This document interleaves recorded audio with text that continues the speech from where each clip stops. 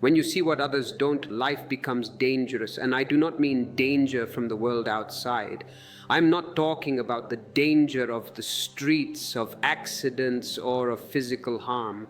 I mean a much more subtle, much more piercing danger. I mean danger from the people around you, the ones you love, the ones you call friends, the ones who have been with you for years.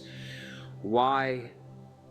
Why does clarity bring danger? Because the ones around you feel afraid when you see too deeply, too clearly, too truthfully. You must understand the nature of sleep.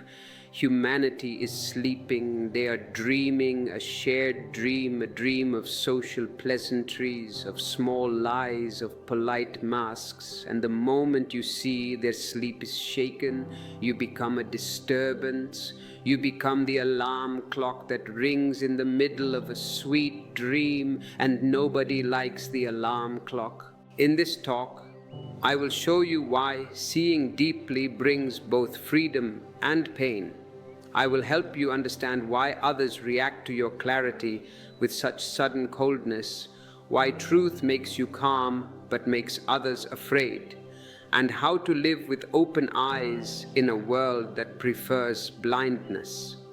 But before we go deeper into this fire, if you are here, it means you have already felt the heat of this danger.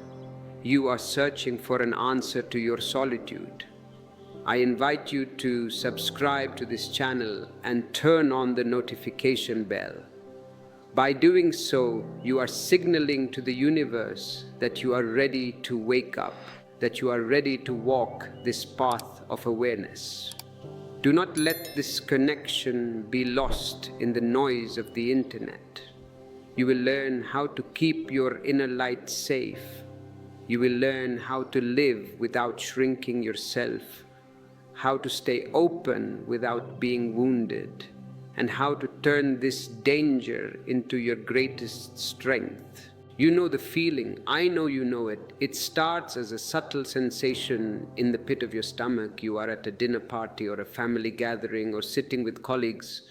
Everyone is laughing, but you see something others miss. You see a lie floating in the air. You see a mask slipping off a face. You see a game being played, a manipulation, a truth that is screaming in the silence. And instead of thanking you for noticing the truth, people step away. Have you noticed this? The moment your eyes become clear, the room becomes tense. They get defensive. They may not say it directly, but their energy shifts. They close up. They say you are too much. They say you are too honest or too sensitive. They tell you, why do you have to analyze everything? Why can't you just relax? But I tell you, you are not too much. You are simply awake. Do not let them convince you that your vision is a sickness. It is their blindness that is the sickness. But this world has always feared the awake ones. Look at history. Anyone who has opened their eyes, Socrates, Jesus, Al-Hillaj, they were not welcomed. They were destroyed, not because the awake do harm, but because their seeing breaks illusions that others cling to for safety. The illusion is a blanket. It is warm. It is fuzzy. It keeps the cold wind of reality away. And when you stand there, stripping away the blanket just by your presence, they shiver and they blame you for the cold. I am not here to make you blind again. Many therapists, many counselors, many friends will try to do that. They will try to adjust you to society. But to be adjusted to a sleeping society is to be asleep yourself.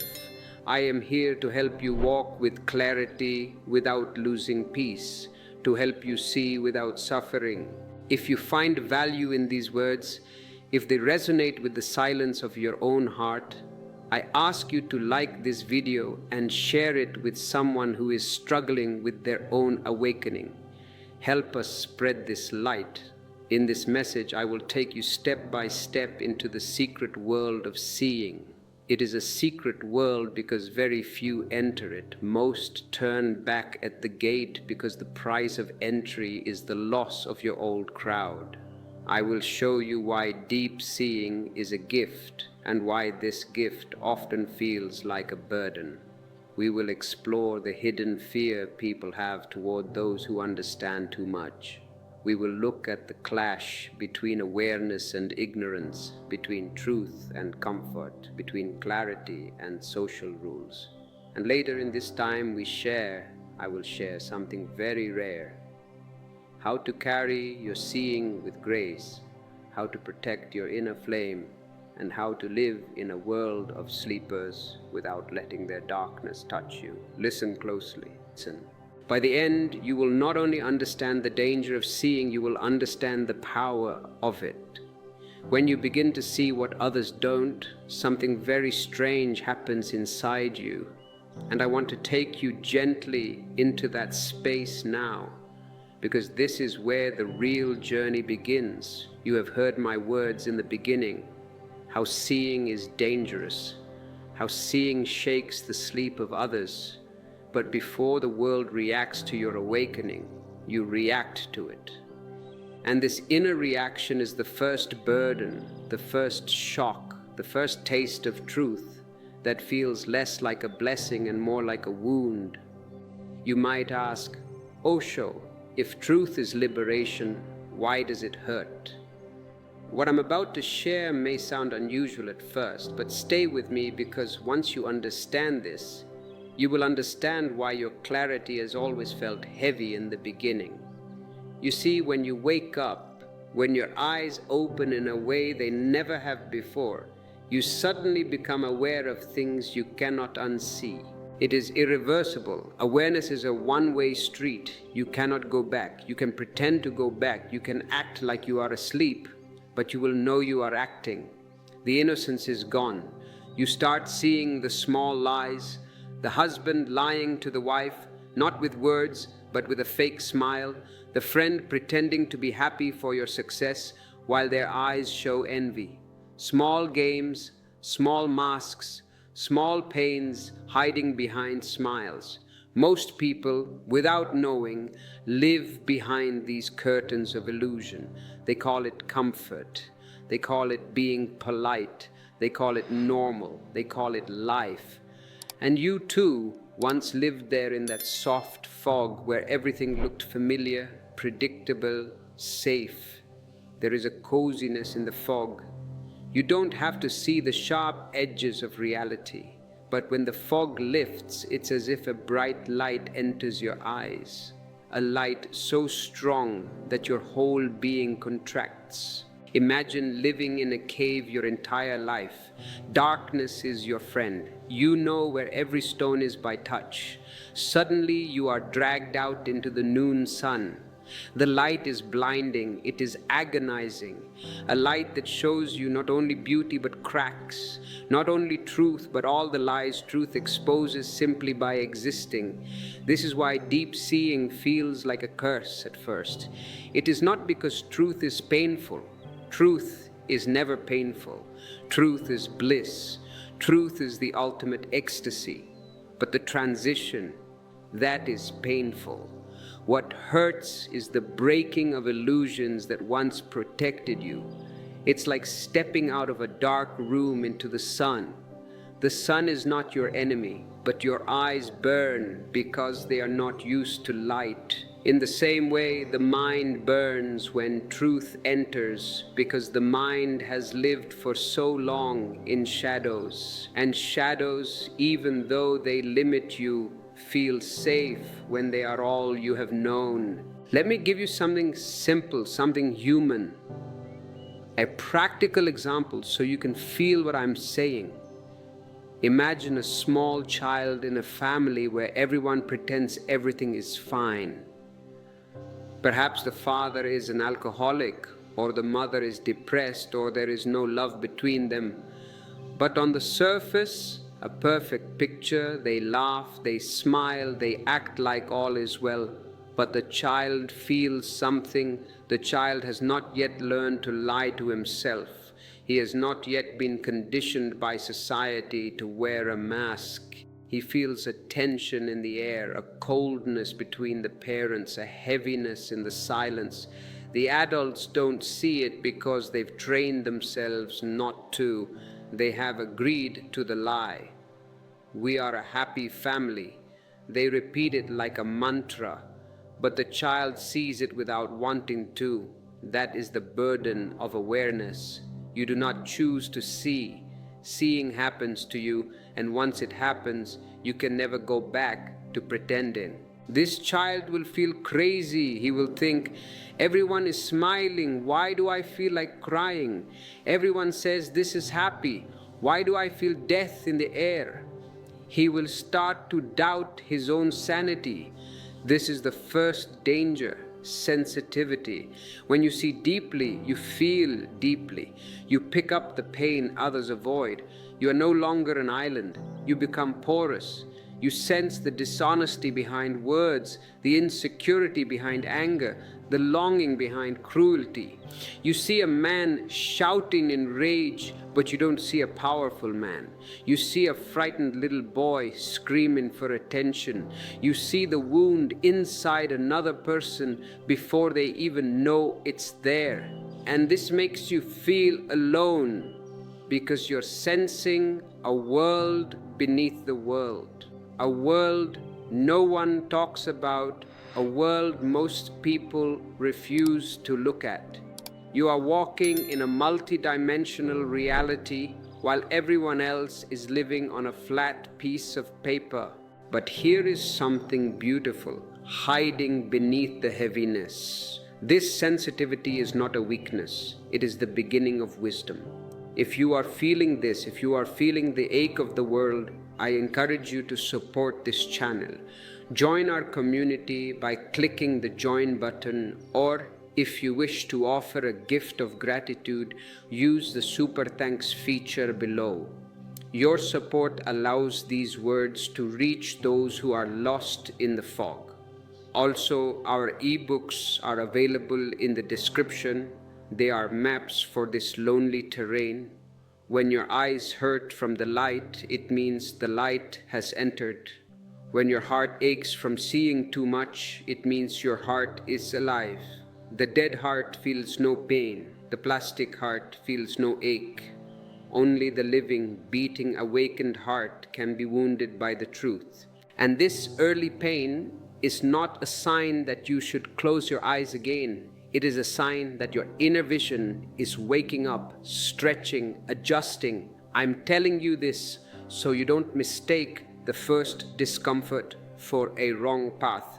The beginning of awareness is always uncomfortable. Before clarity becomes peace, it is fire. Before understanding becomes strength, it unsettles. Before truth becomes beauty, it breaks the shell around your eyes. You are hatching, and the chick must break the shell, destroy its world to be born. This is why the first stage of awakening feels like a burden, because it is breaking the old so the new can enter. And once you feel this tension inside yourself, once you begin to see more than others want to see, a new challenge begins, one that does not come from you, but from the world around you. Because the moment you see too much, others begin to see that you see, and that brings its own danger. This is the second shock. The first shock happens inside you, the internal rupture. But the second shock comes from the world around you. And this shock is even deeper because it reveals something you never expected. You, in your innocence, think people will welcome your clarity. You think, I see the problem. I see why we are suffering. Let me tell them, they will be so happy. You think they will feel helped by your insight. You think they will feel safe around your understanding. You are like a man who finds water in the desert and runs back to the group shouting, "Water, water," expecting them to cheer, but instead they look at you with suspicion. They like their thirst. They have built religions around their thirst. They have built businesses around selling bottled sand. Your water destroys their economy of misery. What I'm about to tell you may surprise you. Most people don't want to be seen. They want to be seen, yes, but only the mask. They want to be admired, not known. They want to be understood only at the level they allow, only at the depth that protects their illusions, only at the distance that keeps their masks intact.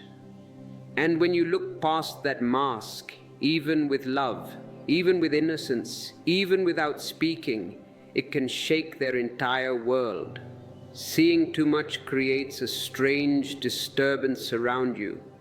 It is not something you try to do. You are not trying to be a troublemaker. Your presence itself becomes a mirror. Have you ever looked into a mirror when you were not ready? When you were tired, old, ugly, angry, you want to break the mirror. When someone who is still asleep stands before a mirror held by an awake person, they don't see your clarity. They see their own fear. They see the cracks in their own stories, the lies they have told themselves to feel safe, the games they have played so long that they now call them truth. And your presence, without effort, without intention, without even wanting to, shines a light on these cracks. This is why people become uncomfortable. This is why they step back. This is why they avoid the one who sees. It is painful to be avoided. You feel rejected. You feel like an outcast. But you must understand the mechanism. Let me take you into a very human example. Imagine a group of friends laughing, gossiping, complaining. They are talking about someone else tearing them down. Everyone is enjoying the drama because it keeps the mind busy and avoids the deeper emptiness inside. Gossip is a drug. It numbs you to your own hollowness. But you, because you see, because your heart has begun to awaken, suddenly notice the falseness in the laughter. You hear the tinny, metallic sound of fake joy. You feel the insecurity behind the jokes, the loneliness hidden in their noise. And for a moment, your eyes soften. You don't judge them. The awake person does not judge. They only see. You don't say a word. You simply see. And in that seeing, something subtle shifts in the atmosphere. The laughter falters. The conversation stumbles. Someone becomes uneasy. Someone feels exposed. Someone thinks, "Why are you so quiet? Why aren't you like us?" They don't know what they are reacting to. They are reacting to the mirror your awareness has created.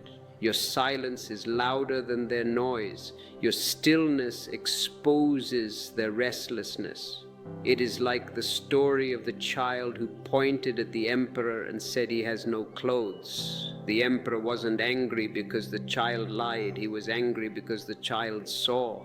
The child destroyed the collective hallucination, and this is the reaction of the world to those who see. They fear you not because you are dangerous, but because your clarity reveals their nakedness.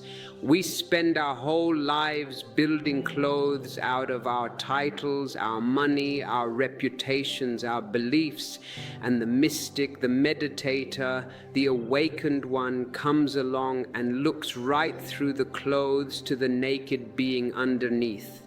And when people feel revealed before they are ready, they will resist, they will deny, they will defend, they will push you away. But listen to me and listen carefully. They do not push you. They push the reflection they cannot bear to meet. You may notice how people become defensive around you even when you speak with kindness. You say, "I love you," but they hear an accusation because your love is too pure for their guilt. They may accuse you of being too intense, too serious, too honest, too sensitive. But remember this, These accusations are not about you. They are about the discomfort truth creates in someone who has not yet learned to face themselves. When people say you are too much, they are really saying, I am not ready to see what you see. They are saying, I am not ready to be seen the way you see. Social groups, friendships, even families operate through shared illusions, small agreements. I will not look at your lies if you do not look at mine. I will support your ego if you support mine. Small stories, small lies that keep everyone comfortable. It is a conspiracy of blindness. When one person wakes up inside that structure, everything shifts. You disturb the pattern just by being present. You are the glitch in the matrix. You bring air into a room where windows have been closed for years. And fresh air, even though it brings life, first brings discomfort. People catch a cold, they sneeze, they say, close the window, it is drafty. Stale rooms do not welcome wind. But I don't want you to misunderstand this. The world's resistance to your clarity is not rejection. It feels like rejection, it tastes like rejection, but it is fear. And fear is always a sign that something real has touched the surface. Only the real provokes fear. The false provokes nothing. When a person backs away from your insight, it means you have reached a place in them they have avoided all their life. You have touched a nerve. If they ever grow, if they ever awaken, if they ever seek truth, they will remember you not with anger, but with gratitude. They will say, that person was the only one who was real with me. But that is in the future. For now, they protect themselves the only way they know, by stepping back from the light.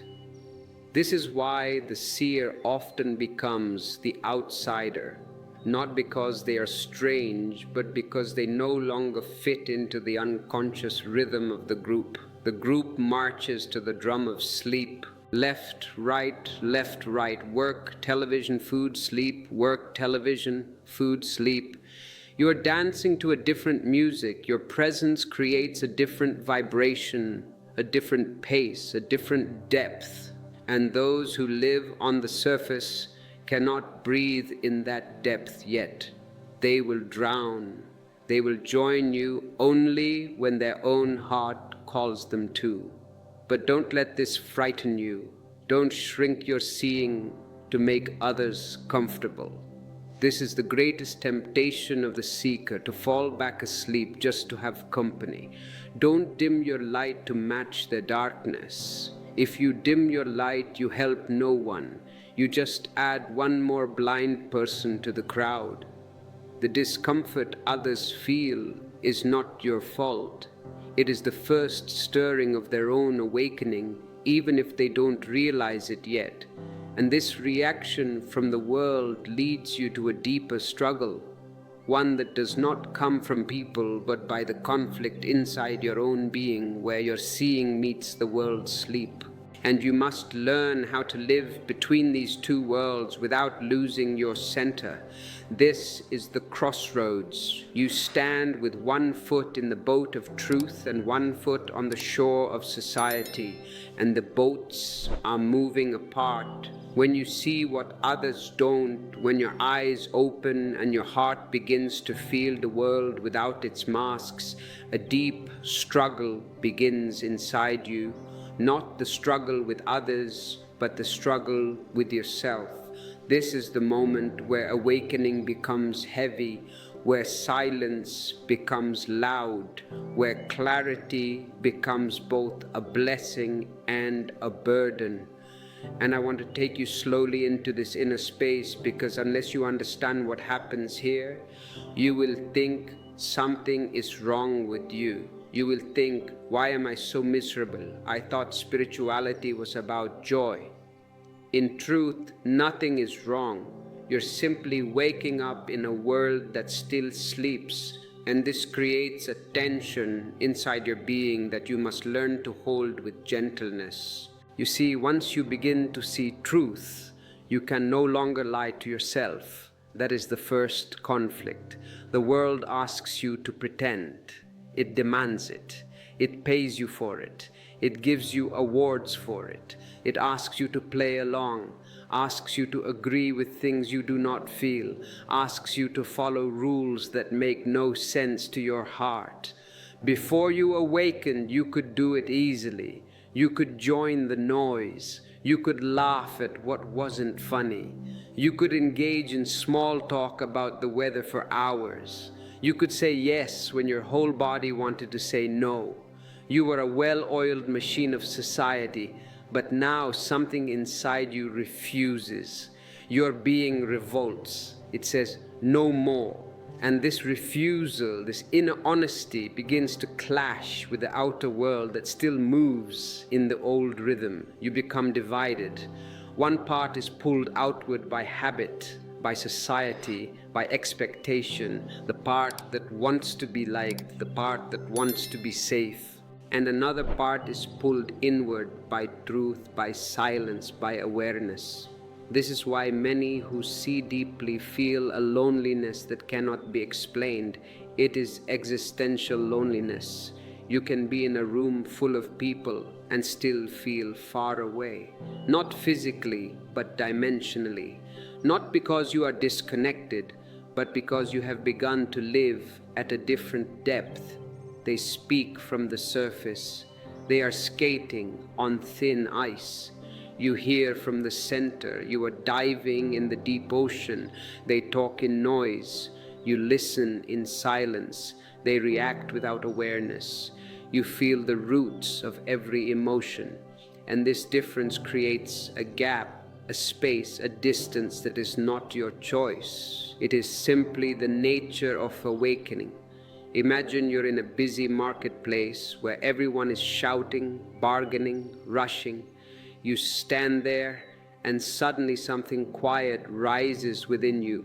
A longing for stillness, a need for depth. You want to step away from the noise, to breathe, to listen, to feel something real.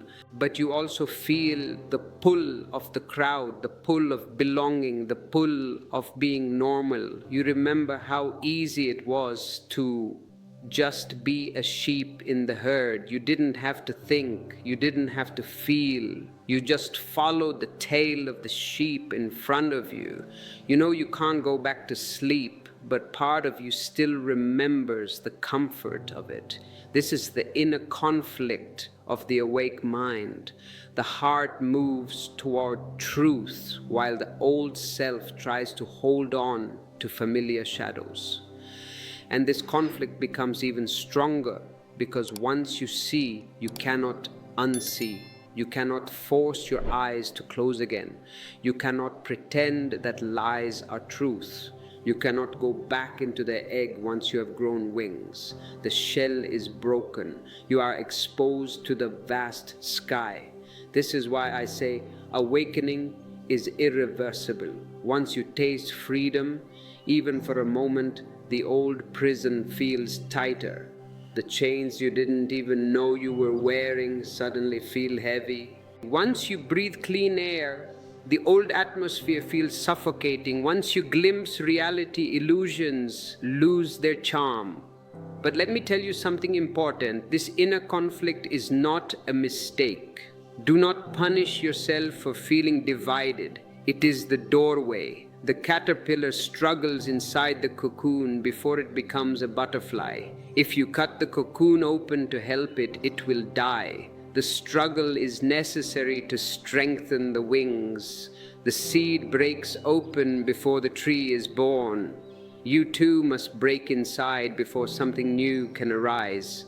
The mind wants comfort. The heart wants truth, and this tension stretches you until you become large enough to hold both. This is growth, this is transformation, this is awakening unfolding inside you. Yes, you will feel the desire to fit in again. It is a human desire. We are social animals. Yes, you will feel the temptation to act blind again, to just nod your head and agree with the idiots. Yes, you will feel the ache of being different. But this ache is simply the echo of your old self dying. You are shedding skins you no longer need. If you are feeling this shedding, if you are feeling this death of the old self, comment below with "I am shedding the old." Let your comment be a declaration to your own soul.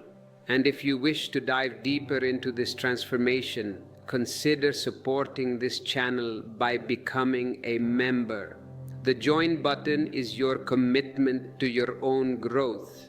And the shedding always feels strange. It feels naked. It always feels like a tearing, like a death, like a loss. But what is dying is only the mask, not you. What is breaking is only the shell, not your being. And when you understand this, the conflict softens. You stop fighting yourself. You allow the old to fall away. You allow the friends who no longer resonate to drift away. You allow the habits that no longer serve you to drop.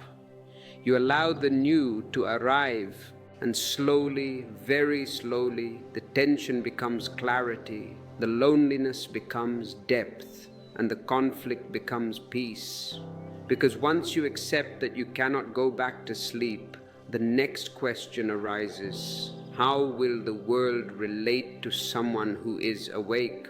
What fears will your clarity stir in others? What shadows will be shaken by your light? This brings us to the next truth on this journey, the truth about the unconscious mind of the collective.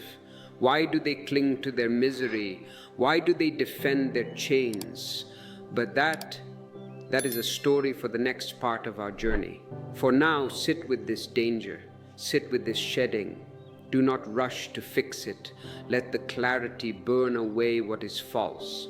When you look at the world, really look at it without the filters of your own desires, you see a vast, strange, and almost dreamlike machinery.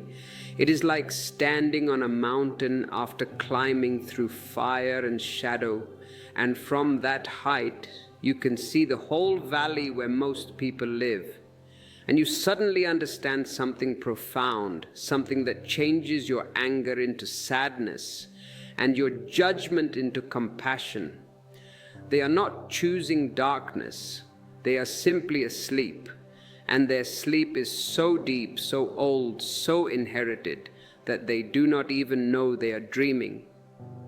I want to take you into this world of the unconscious gently, slowly, because once you understand the nature of this sleep, all your confusion about human behavior dissolves. All your frustration about why people act the way they do softens, and a deep compassion begins to flow from you like water from an unseen spring. You must understand that the unconscious mind is not a chaotic place, it is a mechanical place. Most people do not live their own life. They live a life handed down to them by parents, by culture, by fear, by repetition. They carry beliefs they never questioned. They repeat habits they never examined. They follow rules they never chose. They are like actors on a stage, reading a script written by dead people. The script says, "Get angry when insulted." So they get angry. The script says, "Be jealous when your partner looks at another." So they become jealous. The script says, "Fear the stranger." So they fear. There is no I behind their actions. There is only the machine.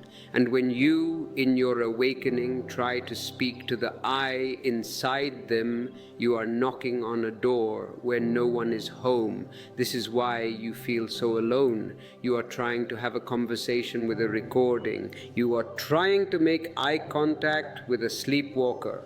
The unconscious mind moves like a machine. It repeats yesterday again and again. It avoids anything new because newness threatens the comfort of routine. It seeks distraction because silence would expose the storm inside. It follows the crowd because solitude feels like death to the ego. And when you awaken even a little, you begin to see this machinery everywhere. You see it in the way people argue, the same arguments, the same words, the same tone, year after year.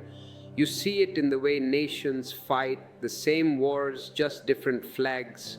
You see people acting but not choosing. You see people speaking but not understanding. You see people reacting but not being present. And this realization can shake you deeply at first, because it is painful to witness so much sleep in so many beautiful souls. You see the potential of a Buddha in everyone, but you see that potential buried under mountains of rubbish. But remember, the sleeper is not at fault. The sleeper does not choose sleep. Sleep is given, sleep is inherited, sleep is taught. From the moment a child is born, we start putting him to sleep. We teach him to be a Christian, a Hindu, a Muslim. We teach him to be a nationalist.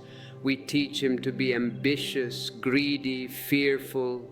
By the time he is 7 years old, his natural being is covered by layers of social conditioning.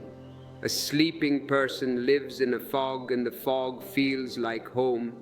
And when the fog feels like home, even a soft light can feel frightening. Even a small truth can feel threatening. Even a gentle question can feel like an attack. You begin to understand that the world does not resist your clarity because it is evil. It resists because awakening hurts the eyes. Imagine a crowd walking with closed eyes, believing this is the natural way to move. They have maps created by others. They have footsteps to follow. They have rules that keep them from falling. Walk 3 steps left, 2 steps right. They follow blindly, and suddenly you open your eyes. You see the cliff they are walking toward. You see the beautiful flowers they are stepping on. You begin moving differently, more freely, more silently, more intuitively. You don't follow the map, you look at the terrain. They cannot understand your movement because they cannot imagine the space you are seeing. And instead of asking, "What do you see?" they shout, "Stay with us, move like us, don't go too far. You are endangering the group." Their fear is not about you going ahead. Their fear is about losing the illusion that the closed eye world is the whole world. If you can see, then their blindness is exposed. If you can walk freely, their chains are exposed. Sometimes I say that humanity lives like sheep following one another, not because they are foolish, but because they are terrified of standing alone in the open field. The sheep do not know where they are going. They only know they do not want to be alone. The fear of the wolf is less than the fear of isolation. In the same way, the unconscious person does not question the direction of their life. They only fear the silence that comes when they step out of the crowd. And when you see this clearly, when you understand how deeply people sleep, something shifts inside you. You stop expecting them to understand you. You stop expecting them to meet you where you stand. You stop expecting them to celebrate your awakening. You simply see the truth of their condition, and that truth gives you both distance and compassion. The distance to stay centered, and the compassion to not judge their sleep. If you are beginning to feel this distance, if you are realizing that you can no longer follow the herd, I invite you to click the join button below. Join a community of individuals who have chosen to walk with open eyes. Your support helps us keep this fire burning in a windy world. And if these words are healing your confusion, consider using the Super Thanks feature to show your appreciation. This understanding is crucial because once you grasp the depth of this unconsciousness, the world's reactions to your clarity will no longer confuse you. You will see why people cling to illusions as if they're clinging to life itself. You will see why truth frightens those who have built their identity on lies. You will see why awakening is rare, not because it is difficult. Awakening is the easiest thing in existence. It is your nature. It is harder to sleep than to wake up. To sleep, you have to maintain 1,000 lies. To wake up, you just have to drop them. But it is rare because it demands a courage most have never been taught to cultivate, the courage to be a nobody, the courage to be alone. And now that we have stepped into the world of the unconscious, the next question naturally rises. How do illusions protect these sleepers? How do their dreams shield them from themselves? And why does your clarity become a threat to the very protection they believe they need? Let us go deeper.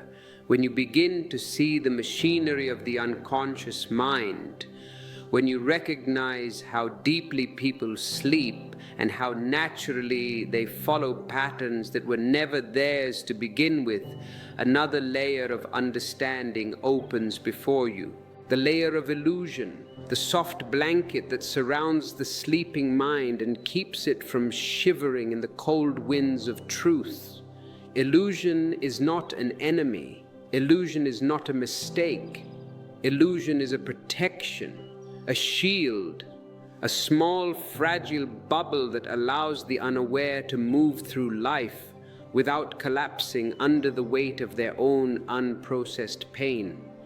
And once you understand this, you stop judging the illusions people cling to. You begin to see why they defend their beliefs with such intensity, why they guard their identities with such force, why they cling to their stories. I am a victim, I am a hero, I am righteous, as if they were life jackets in a stormy sea. Most people never choose their illusions. Illusions choose them. A person who has never met their own inner wounds needs illusion to survive. It becomes their emotional armor. Without it, the rawness underneath would overwhelm them. So the illusion steps in and says, don't look within, look away. Find distraction, find noise, find routine, find another lover, find a new car, find anything that keeps the truth from rising too quickly. Illusion gives comfort where reality would give challenge. Illusion gives certainty where truth would create transformation. Illusion gives the feeling of safety without ever offering the real thing. Let me give you something simple so you feel this more deeply. Picture a house built entirely out of cards. The person living in it believes it is strong because they have never questioned its foundation. They decorate it, paint it, fill it with memories. They hang pictures on these paper walls, and then one day a small breeze enters, just a whisper of truth. Maybe you ask a simple question, are you happy? Or is this really what you want? Just a breeze. And the whole structure begins to tremble. The trembling is not because the truth is violent, the truth is gentle. The trembling is because the foundation was never real, and instead of looking at the fragility of the house, the person becomes angry at the breeze. Stop blowing, they shout. You are destroying my home. This is how people treat those who see truth. They do not question their house of cards. They question the wind. They attack the messenger because the message is too heavy to bear. Illusion also helps people avoid pain. Many carry deep wounds, unhealed childhood hurts, old betrayals, inherited fear, generations of silence. These wounds sit just beneath the surface of awareness, like magma beneath the crust of the earth. If they were to see too clearly, if they were to feel too deeply, the pain would rise like a storm. It would be a volcanic eruption. So they cover it with illusions, illusions of strength. I don't need anyone. Illusions of certainty. My religion is the only right one. Illusions of happiness. Look at my smile in the photograph. Illusions of importance. I am the boss. I have power. These illusions act as a warm blanket, comforting but suffocating. And when your clarity lifts the blanket even a little, the cold air touches their skin and they react with fear. Not fear of you, but fear of the pain they have kept hidden for so long. This is why truth requires courage. Not courage to face the world, that is easy. Men go to war, that is easy. But courage to face oneself, that is the warrior's path. Most people were never taught this courage. They were taught to cope, not to grow. They were taught to obey, not to awaken. They were taught to hide, not to see. And so illusion becomes their shelter. It keeps them stable. It keeps them functioning. It keeps them able to move through life without collapsing. When you recognize this, judgment dissolves and empathy rises. You realize that you are walking among wounded children disguised as adults. But empathy doesn't mean you must dim your own vision. It doesn't mean you must swallow your truth or make your light smaller just so their house of cards doesn't shake. It doesn't mean you have to lie to make them feel good. It means you understand that your clarity, even when offered gently, may touch someone's illusion too suddenly, too brightly, too deeply. And their reaction, their fear, their denial, their anger, their distance is simply the shield protecting the illusion they depend on. A blanket of darkness can feel warm. A dream can feel safer than waking up. A lie can feel more stable than the truth.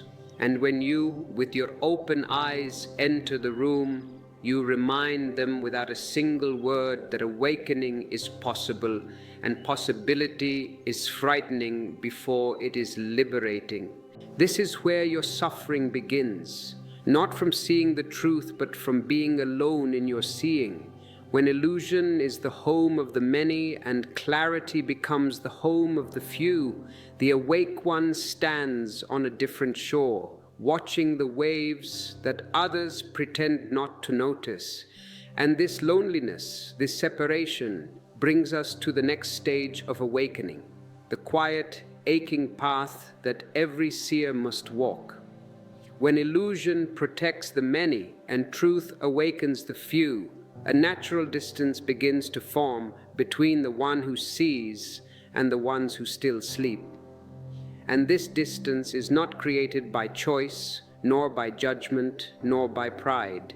It is created by the very nature of awareness itself. When your eyes open, you begin to walk in a different world, even while your feet still touch the same ground. You breathe the same air, you eat the same food, but you are not in the same dimension. And this creates a loneliness that is unlike any loneliness you have known before. It is not the loneliness of missing someone. It is not the loneliness of being unloved. It is a cosmic loneliness. It is the loneliness of seeing too deeply in a world that fears depth, of hearing too clearly in a world that avoids silence, of knowing too honestly in a world that survives on uncomfortable lies. This is a loneliness that does not come from being abandoned by others. It comes from being abandoned by the old version of yourself. The self that once fit into the crowd no longer exists. That person is dead. You have buried him. The self that once agreed to the games of the world can no longer pretend. The self that once felt safe in the noise now craves the purity of stillness. And when you outgrow your old self, you outgrow the tribe that was built around that self. Your old friends were friends of the old you. Your family relates to the old you, but the old you is a ghost. So even when people are near you, even when voices surround you, even when laughter fills the room, you feel a subtle distance inside. a quiet space between you and the noise, a separation that cannot be bridged by effort. You cannot shout across this canyon. Imagine a monk sitting on a hill while the village sleeps below. The monk hears the wind, the rustling of leaves, the whisper of the night. He sees the stars with a clarity the villagers never notice. He feels the vastness around him, the silence, the depth. And even if he walks back to the village, sits in the marketplace, shares food with the people, a part of him remains on the hill, a part that is awake, alert, watching, understanding. That part can never fully return to sleep. And because of that, the monk can never fully return to the world as he knew it. You too become that monk, even if your life is in the city, even if you live with family, even if you participate in the world, a silent hill grows inside you, a distance, a clarity, a sky, and the world below feels restless, crowded, noisy, confused. Not wrong, not bad, just asleep. And this creates a loneliness that is not painful by nature. Listen to me. Loneliness is not painful. It is your resistance to it that is painful. It becomes painful when you resist it, when you try to drag your awakened self back into the old world, when you try to make the clear eyes pretend they cannot see, when you force your heart to fit back into a space it has already outgrown. The pain is the resistance. The loneliness is the truth. But something beautiful begins to happen when you stop resisting this loneliness, when you stop fighting the hill, when you stop begging the villagers to wake up. You begin to see that it is not emptiness, it is space. Space for your own soul to breathe, space for your awareness to grow, space for silence to speak, space for your being to settle. And in this space, a transformation happens quietly, gently, like dawn entering a dark room. The loneliness that once felt cold begins to feel warm. The emptiness that once felt heavy begins to feel light. The distance that once felt painful begins to feel peaceful. You begin to enjoy your own presence, your own company, your own inner world. You begin to fall in love with yourself, not the ego self, but the silent observer within. And slowly the loneliness becomes a doorway to depth, a doorway to peace, a doorway to real connection. Because only when you walk alone for a time do you learn how to stand on your own feet. Only when you sit in silence do you learn how to listen. Only when you face yourself do you learn how to meet others without illusion. Loneliness is not a punishment. It is preparation. It is the fire that tempers the steel. A candle must burn alone before it can light another candle. A seed must remain buried in darkness before it breaks into life. A river begins as a single drop before it becomes an ocean. In the same way, the awake one must pass through this sacred loneliness until the inner being becomes whole, steady, grounded. If you're walking through this sacred loneliness right now, know that you are being prepared for something greater. Do not run from it, embrace it. And if you wish to deepen your understanding of this solitude, I have prepared e-books that guide you through these very stages. You can find them in the description. Your journey does not have to be unguided. And when you become whole within yourself, when the loneliness is no longer something you fear, but something you embrace, then and only then does a new kind of connection become possible. A connection not built on illusion, not built on dependency, not built on fear, but built on presence, truth, and awareness. This is the moment where loneliness turns into something miraculous. You begin to attract people who can meet you, who can hear you, who can sit with you without drowning in their own shadows. people who are also waking up, people whose hearts are also opening, people who are not afraid of depth. And these connections are rare, but they are real. One real connection is worth 1,000 fake ones. And this leads us to the next truth in this journey, that awareness, once matured, creates the only real connection human beings can ever know. When the loneliness of awakening begins to soften, when the quiet inside you becomes familiar instead of frightening, something subtle and extraordinary begins to happen in the way you meet other human beings. Before awakening, your relationships were built on shared illusions, shared habits, shared fears, shared dramas. I will scratch your back if you scratch mine. Two unconscious minds touching each other without ever truly meeting, like two beggars, each hoping the other has money. But when awareness flowers within you, the very foundation of connection transforms.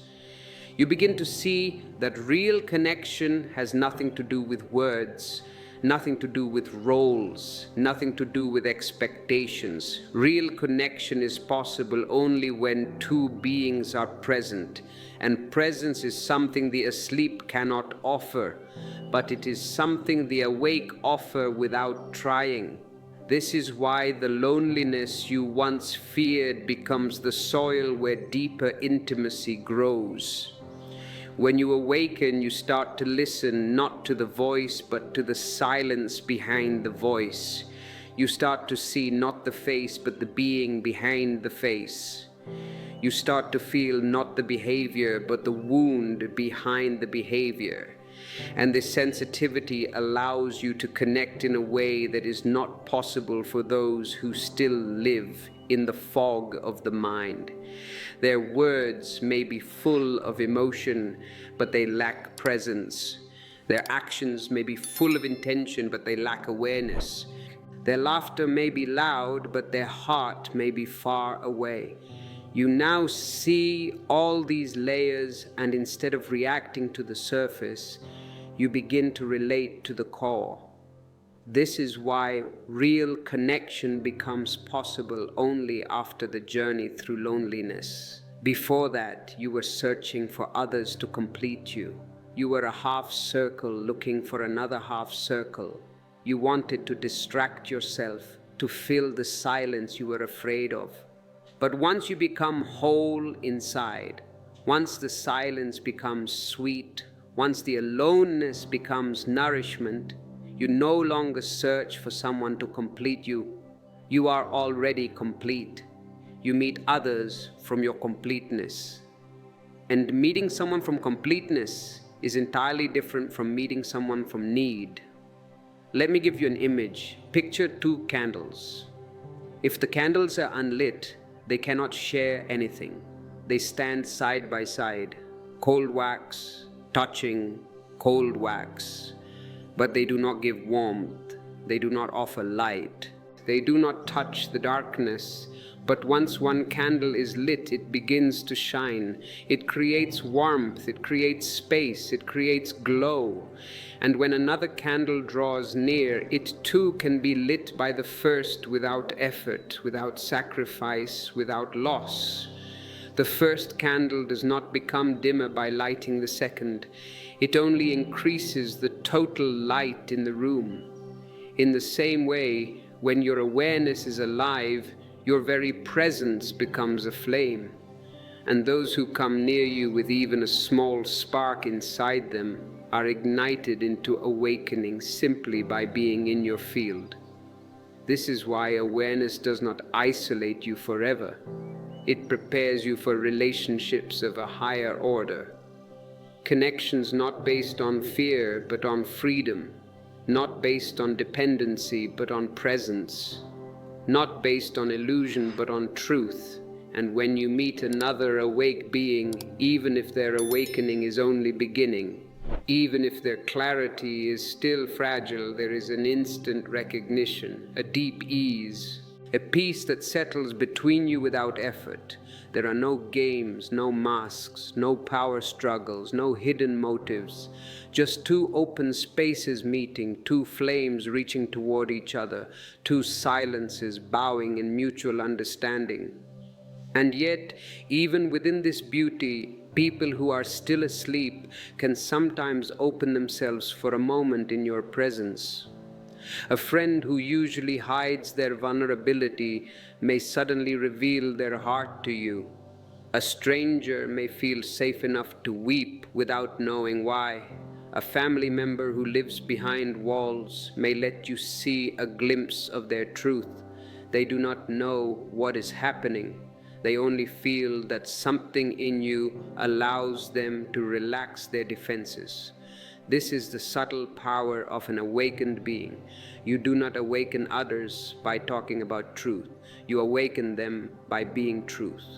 Awareness creates connection by dissolving the illusions that keep people separate. When you are present, the other person feels seen.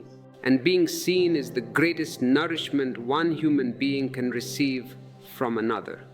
When someone feels your presence, they feel their own soul awakening. And in that moment, the connection becomes real, sacred, transformative. But be warned, this deep connection, this openness, this ability to feel the other, it brings a new challenge. A challenge that, if not understood, can drain the very life out of you. Because once you begin to feel the depth of connection possible through awareness, compassion begins to bloom inside you like a flower opening to the sun. And that compassion creates an openness that can be dangerous if you do not know how to protect your own energy. How do you remain open without being destroyed by the pain of the world? How do you love without losing yourself? How do you stand in the fire of human suffering without burning? We must now move into the art of compassion and the necessity of boundaries. For the awakened heart is soft, but it must also be strong. And that compassion is not forced, not practiced, not taught. It is not a commandment written in a holy book that you must obey. It is a natural fragrance of seeing. When true connection begins to bloom through awareness, when you start meeting others from the depth of your being rather than from the noise of the mind, something begins to unfold inside you like a slow sunrise, something soft, something tender, something immeasurable. It is not emotion. Emotions come and go. They are like clouds. It is not sentiment. Sentiment is sticky. It binds you. It is not sympathy. Sympathy looks down on the other. It is compassion. And compassion in its purest form is not something you do. It is something you become. It is the natural breath of a heart that sees clearly. And when this compassion awakens in you, it changes everything. It changes the way you walk through the world, the way you look at people, the way you hold their pain, the way you respond to their fear. You see, usually we look at people and we judge them instantly. He is bad, she is angry, he is selfish. We judge the surface, but compassion gives you X-ray eyes. You begin to see the wounded child hidden inside every adult. You look at a tyrant and you see the trembling little boy who was beaten by his father. You look at a gossiping woman and you see the girl who was told she was worthless and now tries to bring everyone down to her level. You see the girl who was scolded for speaking her truth. You see the boy who was punished for being sensitive. You see the young soul who learned to hide their tears because no one around them knew how to hold them. You see the years of conditioning sitting heavily on their shoulders like sacks of stones, the fears they inherited without understanding, the shame they carried silently, the disappointments they buried so deeply that even they can no longer find the roots. And when you see this, when you really see it, anger dissolves, judgment dissolves, frustration dissolves. How can you be angry at a victim, and everyone in the unconscious world is a victim of victims? They were raised by people who were asleep, who were raised by people who were asleep. It is a long chain of sleep. How can you judge someone who has simply lived out the script handed to them before they even learned to write their own name? You cannot. You can only feel a vast, silent love, a love that understands. This is why compassion is not softness. Do not mistake it for weakness. It is clarity with love. It is the sharpest sword and the softest petal. When you see the mechanics of human suffering, when you see how unconsciousness breeds misery, when you see that people hurt others only because they are hurting inside, your heart cannot remain closed. The flower must open. It is its nature. Compassion is not a choice you make in the morning. Today I will be compassionate. No, if you have to choose it, it is not real. It is the inevitable unfolding of awareness. Imagine a gardener walking through a neglected garden. He sees a flower bent, another dried, another upon which weeds have grown thick. Does he become angry at the flowers? Does he shout at them? Why are you not blooming? Why are you so ugly? No, that would be madness. He understands. He understands that they were not given enough sunlight, enough water, enough care. And with that understanding, with that clarity, his hands naturally move toward healing, without judgment, without blame, without expectation. He simply sees the need and he responds. And in seeing, he allows life to return. This is what compassion feels like. When awareness takes root in your being, slowly a beautiful transformation happens inside you. You stop reacting to people's behavior. You start responding to their inner world. There is a great difference between reacting and responding. Reaction is mechanical. Someone pushes a button and you explode. Response is conscious. You see the button, you see the person pushing it, and you choose what is needed. When someone speaks harshly to you, you don't take the words personally. You don't say, "He is attacking me." You feel the fear behind the sharpness. You hear the cry for help disguised as an attack. When someone withdraws, you don't blame them. You sense the pain they're trying to protect. When someone lies, you don't feel betrayed. You understand that they are terrified of truth, even within themselves. Compassion gives you eyes to see the invisible, the hidden, the forgotten. It allows you to meet people exactly where they are without needing them to be anywhere else. And as compassion deepens, forgiveness begins to happen effortlessly. Not forgiveness as a moral duty, not forgiveness because you should. I should forgive him because I am a spiritual person. That is just the ego playing a new game. But forgiveness because you see there is nothing to forgive. Everyone is doing the best they can within the limits of their awareness. If a blind man steps on your foot, are you angry? No, he is blind. If a man with open eyes steps on your foot, you are angry.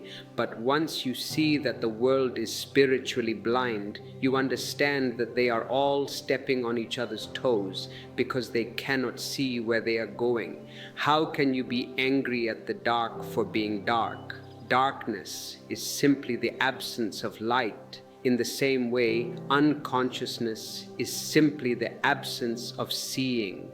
And once you understand this, resentment cannot survive. It evaporates like mist in the morning sun. This compassion also becomes your greatest protection. When you meet the world through the eyes of judgment, everything wounds you. Every insult hits you. Every glance hurts you. But when you meet the world through the eyes of compassion, nothing can truly harm you because you are no longer reacting from the ego. You are responding from the soul, and the soul cannot be wounded by the unconscious movements of others. You become like the sky. You can throw stones at the sky. You can spit at the sky. You can shout at the sky. The sky remains untouched. It is too vast to be wounded. But all of this connection, this compassion, this deep seeing leads you to a new challenge on the path of awakening, perhaps the most dangerous challenge of all for the sensitive heart. How to protect your clarity, how to protect your energy, because awareness is delicate in the beginning, like a small flame touched by the wind. It needs care, it needs space, it needs grounding. And if you do not learn how to protect your inner light, the world's noise can still shake you, drain you, exhaust you. So now we must go deeper into the art of safeguarding your awakening without closing your heart. We must talk about the trap of empathy. As your compassion deepens, as your heart softens and your seeing becomes clearer, a new danger quietly enters your path. A danger so subtle that many awakened ones stumble without even knowing why. It is the danger of absorbing the pain, the fear, the chaos, the darkness of others. When you begin to see deeply, when you begin to understand the suffering hidden behind people's behavior, when your compassion becomes wide like the sky, you open yourself in a way that the asleep rarely do. You take down the walls, and in this opening, in this tenderness, in this willingness to feel with another's heart, you become vulnerable to carrying what is not yours. This burden is not placed on you by others. They are not trying to hurt you. You take it unknowingly, thinking it is love, thinking it is kindness, thinking it is care. But the awakened heart must learn something essential. Compassion is not the same as absorption. Please write this on the walls of your heart. You can hold someone without swallowing their sorrow. You can understand someone without drowning in their fear. If you have ever felt exhausted after being with a friend, if you have ever felt suddenly sad after entering a room, then this message is for you. And if you want to learn specific techniques to cleanse your energy, I invite you to join our channel as a member. We discuss these practices in our exclusive community. Click join to protect your light. Let me take you slowly into this because this mistake is common among those whose seeing is pure. When you begin to awaken, your sensitivity becomes sharp like a sword and soft like a feather at the same time. You feel the slightest tremble in another person's voice. You sense the unsaid. You hear the silence behind their words. You feel their anxiety as if it were wind brushing your skin. You feel their sadness like a distant echo in your own chest. This sensitivity is a gift. It is the instrument of the divine. But when it is not understood, it becomes a heavy weight, because instead of allowing yourself to witness their suffering, you begin to carry it. You begin to hold it inside you. You begin to take responsibility for emotions that never belong to you. You think, if I feel it, I can heal it. You think, if I take their pain, they will be free. This is the martyr complex. It is a spiritual disease. It is like a sponge thrown into the ocean. It absorbs everything around it until it becomes so heavy it cannot float. It sinks to the bottom, useless to itself and useless to the ocean. Many compassionate beings become like this sponge. They feel others' pain so deeply that they lose their own center, their own clarity, their own grounding. They confuse compassion with sacrifice. And in that confusion, they drain themselves, they become tired, overwhelmed, emotionally exhausted. They get headaches, they get body aches, they get depression. And then they wonder, if awakening brings peace, why do I feel more burdened? The burden is not awareness. The burden is carrying the shadows of others inside your own being. Imagine you enter a dark room where someone has lived for many years. Their sadness hangs in the air like thick smoke. Their fear presses against the walls. Their unresolved pain sits in the corners like dust. If you walk in with awareness but without grounding, you begin to breathe in their atmosphere. You inhale the smoke, and soon you feel heavy, confused, tired. Not because the darkness is yours, but because you have inhaled it as if it belonged to you. Awareness does not mean you must breathe in the smoke. Awareness means you must keep your inner window open so the smoke passes through you without lingering. I want you to understand something very clearly. You cannot heal others by hurting yourself. You cannot lighten their load by dimming your own flame. You cannot carry someone out of the darkness if, in the process, you sink into it with them. If a lifeguard jumps into the water to save a drowning man, he must stay strong. If the drowning man pulls him down, both will die.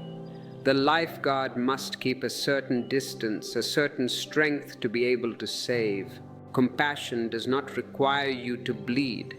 Compassion requires you to stay whole, because only a whole person can hold the broken without breaking. When you become too open, when your boundaries dissolve completely, you become a doorway through which the emotions of others enter freely. They may not even realize it. People are energy vampires, but unconscious ones. They feel drawn to your presence because your clarity soothes them. Your calmness comforts them. Your silence quiets their inner storms. They come to you like thirsty travelers to a well, but in their leaning, in their unconscious clinging, in their reaching toward your light, something begins to happen. Their darkness moves toward your openness, not because they wish to harm you, but because darkness naturally flows toward light to be healed. And if you are not grounded, if you are not centered, if you are not rooted in yourself, their shadow can slip into your field and you will carry their weight as if it were your own. You will go home and cry and you won't know why. You will feel angry and it won't be your anger. But the awake one must learn a deeper truth. Compassion requires boundaries. Boundaries. It is a word that sounds harsh to spiritual people. They think boundaries are for the ego. I am one with everything. Yes, at the highest peak you are one with everything, but you are living in the valley. And in the valley there are fences. Boundaries, not walls of defense, not armor, not distance, but boundaries made of awareness. A boundary is not separation, it is clarity. It is knowing where you end and the other begins. It is the understanding that you can love someone without carrying their suffering. It is the wisdom of holding another's hand without lifting their entire body onto your shoulders. Without boundaries, your awakening becomes fragile. Your clarity becomes clouded. Your compassion becomes exhaustion. But with boundaries, your awakening becomes steady. Your clarity becomes radiant. Your compassion becomes nourishment. And once you understand what drains you, once you recognize how easily the awake absorb the darkness of others, the next step becomes clear. Learning how to stay grounded, how to set energetic space, how to protect your inner flame without dimming it. And for that, we move to the next part of the journey, the mechanics of the boundary.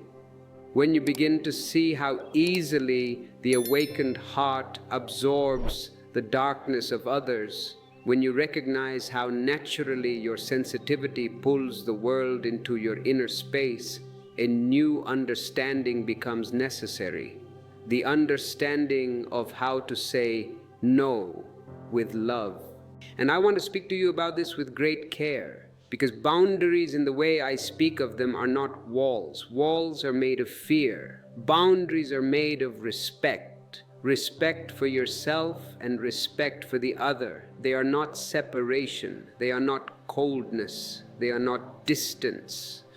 Boundaries for the awakened one are simply clarity. Clarity about what is yours and what is not. Clarity about where your energy ends and another person's energy begins. Clarity about the difference between compassion and entanglement, between holding space and losing yourself. You see, when awareness first blooms, it opens you like a flower, soft, delicate, receptive. But a flower that is always open, always exposed, always unguarded, becomes vulnerable to every passing storm. Awareness must eventually learn the art of opening and closing, expanding and retreating, giving and withdrawing. Not out of fear, not out of self-protection in the egoic sense, but out of wisdom. Because your energy is precious, your presence is medicine, your clarity is sacred, and sacred things must be cared for, must be held with reverence, must be protected from being drained or distorted. Many awakened beings confuse love with self-abandonment. They think they must always say yes, always be available, always offer themselves, always allow others to lean on them. But this is a misunderstanding. Even the sun sets each night. The sun says, enough for today. Even the ocean withdraws its waves. Even the trees shed their leaves to rest in winter. Nature itself shows you the wisdom of boundaries, cycles of giving and resting, opening and closing, expanding and conserving. The awakened one must learn to follow the same rhythm. A boundary is not a rejection, it is a doorway shaped with awareness. When you say no, not from fear, but from presence, your no becomes an act of love. It protects your inner light so you can continue to shine without becoming exhausted. When you create space between yourself and someone who drains you, that space becomes healing for both of you. It allows you to return to your center, and it allows them to face themselves without using you as a crutch. Without boundaries, compassion turns into resentment. You will start to hate the people you are helping. You will start to avoid the phone calls. You will start to dread the meetings. That is not spirituality, that is slavery. With boundaries, compassion turns into clarity. Imagine a flame. If you place too much weight on it, it is smothered. If you expose it to too much wind, it flickers. If you leave it unprotected in a storm, it goes out. But if you place it inside a lantern, not hidden, not dimmed, simply sheltered, it shines steadily, lighting the path for others without sacrificing itself. Boundaries are the lantern in which your awareness must live. They are not there to keep the world away. They are there to keep your flame alive. And as you begin to practice this, something remarkable happens. You stop apologizing for taking space. You stop feeling guilty for resting. You stop feeling responsible for fixing everyone. You learn to say, "This is too heavy for me," without shame. You learn to step back when someone's storm begins to shake your inner sky. You learn to breathe before responding, to pause before absorbing, to release what is not yours with kindness instead of holding it with obligation. How do you do this? How do you build this lantern? Silence becomes one of your most powerful boundaries. When noise tries to enter you, you return to silence. When someone's emotion tries to pull you off your center, you breathe into silence. When the world becomes loud and chaotic, you step back into your inner stillness. Silence is not withdrawal, it is alignment. It is you returning to yourself so you can face the world without losing your grounding. If you struggle to find this silence, if the noise of the world is too loud, I recommend our guided meditation ebook found in the description. It is a tool to help you build your inner sanctuary. And as your boundaries grow clearer, as your inner flame becomes steadier, you discover something essential. The world begins to respond differently. People no longer take advantage of your sensitivity. They feel the lantern. They respect the flame. They no longer pull at your energy unconsciously. They no longer project their shadows onto you with such force. Your clarity becomes a teaching without words. Your steadiness becomes a mirror. Your boundaries become a presence that says, I love you, but I will not lose myself for you. And once you understand how boundaries protect your awakening, the next stage becomes natural. Learning how to stay centered in the middle of the world's chaos. Learning how to be in the storm without becoming the storm. Let us move to that. Now, when your boundaries become clear, when you begin to understand what is yours and what belongs to others, when you learn the delicate art of keeping your flame safe inside its lantern, a deeper challenge rises before you. The challenge of staying centered in a world that has forgotten its own center. And I want you to feel this with your whole being. Awareness is not tested in silence. Awareness is tested in noise.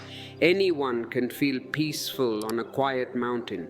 Anyone can feel balanced in a room filled with meditation music and incense. That is easy. That is kindergarten. But when you step into the marketplace, when you walk through the rush of human fear, ambition, desire, confusion, when the world swirls around you like a storm, that is where your awakening is truly touched. That is the graduate school of consciousness. It is in the middle of chaos that your clarity must root itself like a tree, unmoved by the wind. Chaos has always been part of life. People rush, people panic, people get lost in their thoughts. People chase illusions as if their life depended on them. The unconscious mind lives in constant movement, constant noise, constant reaction. And when you, in your awareness, step into this field, you feel the pull, the gravitational pull of the collective madness, the pull to react, the pull to defend, the pull to absorb, the pull to fall back into old patterns. Chaos whispers to you, come back into the storm, come back into the noise, come back into the mind. Why are you standing there so quiet? Be anxious like us, worry like us. And your task is to hear the whisper and still remain centered, still remain rooted, still remain present. Think of the eye of a storm.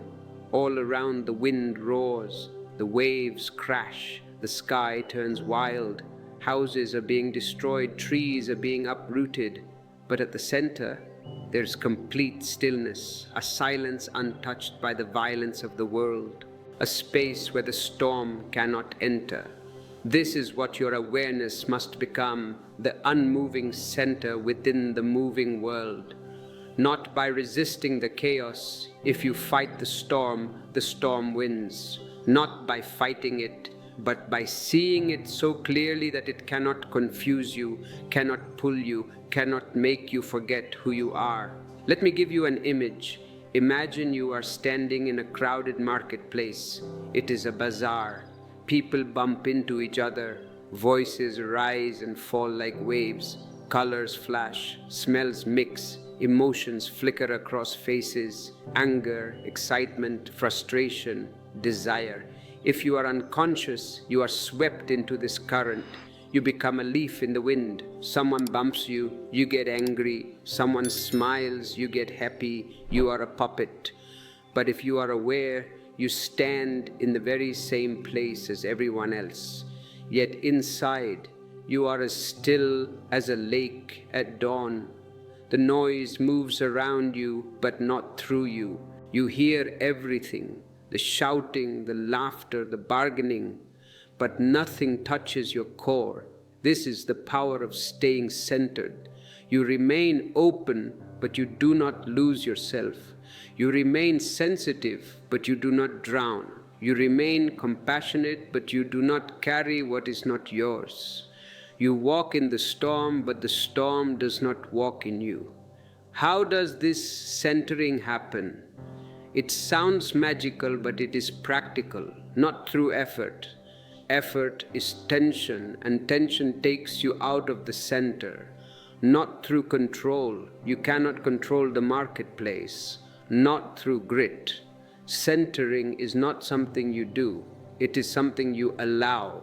When you stop trying to hold yourself together, you naturally settle into your center. When you stop resisting the world can no longer pull you. When you stop fighting the noise, you begin to hear the silence beneath it. You return again and again to your breath. This is the ancient secret. The breath is the bridge. Not forcing it, not shaping it, just feeling it. A gentle inhale, a quiet exhale. Each breath brings you back home. Presence becomes your anchor. When a person speaks to you with anger, you don't look at their anger, you feel your breath. You anchor yourself in the sensation of life flowing in and out. When someone tries to provoke you, you feel your breath. When noise surrounds you, you feel your breath. And slowly, without effort, your breath becomes a rope that ties you to your center, keeping you grounded even when the ground around you shakes. And something extraordinary begins to happen. The chaos that once overwhelmed you now becomes a teacher. Every moment becomes a reminder to come back to yourself. Every challenge becomes a mirror showing you where you're still reactive. Every disturbance becomes an invitation to deepen your awareness. The world stops being an enemy to your awakening. It becomes the training ground for your awakening. The marketplace becomes your monastery. And once you can stay centered amid chaos, once your presence becomes stronger than the world's noise, you must face another danger, a very subtle danger, a danger that comes not from others, but from within yourself. The danger of the ego returning through the back door of awareness. The ego is very cunning. When you become spiritual, the ego becomes spiritual. It starts wearing saffron robes. It starts speaking in a holy voice. It whispers, "You are better. You are more awake. You see what others don't. You are special." Awareness must remain humble or it becomes another illusion. The spiritual ego is the hardest armor to break because it feels like light. Now we must look at this final trap, the trap of spiritual superiority, and how to dissolve it into pure being. The ego is very cunning. When you become spiritual, the ego becomes spiritual. It starts wearing saffron robes. It starts speaking in a holy voice. It stops bragging about money and starts bragging about meditation. It stops chasing cars and starts chasing enlightenment. But the structure is the same. The ambition is the same. The hierarchy is the same. Before you wanted to be richer than your neighbor. Now you want to be more awake than your neighbor. Before you judged them for being poor. Now you judge them for being unconscious. And I tell you, this spiritual ego is far more dangerous than the ordinary ego. Because the ordinary ego is gross. You can see it. It is like a rock. But the spiritual ego is subtle. It is like a gas. It surrounds you. It enters your breath, and you do not even know it is there. It whispers to you in the silence of your meditation. You are special. You are chosen. Look at these blind people. Look at these zombies walking the streets. They are eating garbage, watching garbage, living garbage. But you are eating light, you are watching the eternal. And the moment you agree with this whisper, the moment you feel superior, you have fallen back to sleep. You have created a new separation, and separation is the root of all misery. True awakening brings humility, not pride. It brings a feeling of ordinariness, not specialness. When you truly see, you realize that you are not above anyone. You are simply awake and they are sleeping. Does the man who is awake feel superior to the man who is sleeping? Does he stand by the bed and say, "Look at me, I am standing and you are lying down. I am great and you are lazy"? No. He understands that sleep is a natural state. He understands that he was also sleeping just a moment ago. He knows that the sleeper will wake up when his time comes. If you find yourself judging the unconscious, if you find yourself feeling frustrated with the stupidity of the world, it is a sign. It is a red flag. It means your awakening has been hijacked by the mind. The mind loves to divide. It loves to say, "I am this and you are that." But consciousness unites. Consciousness sees the same life force in the saint and the sinner, in the Buddha and the beggar. So, how do we dissolve this spiritual ego? How do we escape this final trap? By understanding the nature of the savior complex. When you first wake up, there is a tremendous urge to wake others up. It feels like love, but often it is violence. You want to shake your husband, your wife, your parents. You want to force them to read the books you read, to do the meditation you do, to see the lies you see. You become a missionary. And I have always said, missionaries are the most dangerous people on earth, because they think they have the truth and they think they have the right to impose it on you for your own good. But you cannot wake someone up by force. If you shake a sleeping person violently, they will not be grateful. They will be angry. They were having a nice dream. Maybe they were dreaming they were an emperor, or they were flying, or they were winning the lottery. And suddenly you are there, shaking them, shouting, "Wake up! It is all an illusion." They will hate you. They will attack you. And they are right to attack you. You have trespassed. You have violated their soul's sovereignty. And why do you want to wake them up? Ask yourself deeply. Is it really for them? Or is it because you are lonely? Is it because you need validation? Is it because if they wake up, you will feel less crazy? Often we try to change others because their unconsciousness makes us uncomfortable. We are not steady enough in our own light, so the darkness of others threatens us. We want to clean the room so we can feel better. That is not love. That is selfishness disguised as virtue. If you are ready to drop the heavy burden of trying to change others, if you are ready to find peace, regardless of what the world does, I invite you to subscribe to this channel. This community is a sanctuary for those who are learning to let the world be. And if you wish to support this sanctuary, consider using the super thanks button below. Your contribution helps us keep this lighthouse shining for those who, on their own accord, are looking for the shore. You must learn the art of non-interference. This is what the Taoists call Wu Wei, effortless action. The sun does not go to your window, knock on the glass, and shout, "Wake up, it is morning." The sun simply rises. It simply shines. It gives its light without discrimination. It shines on the thief and the monk equally. It shines on the flower and the garbage equally. And because it shines, people wake up. The birds start singing. The flowers open. But the sun does not force the flower to open. If the flower wants to remain closed, the sun allows it. The sun waits. Be like the sun. Your presence is enough. Your clarity is enough. Your silence is enough. When you stop trying to change people, a miracle happens. They begin to change.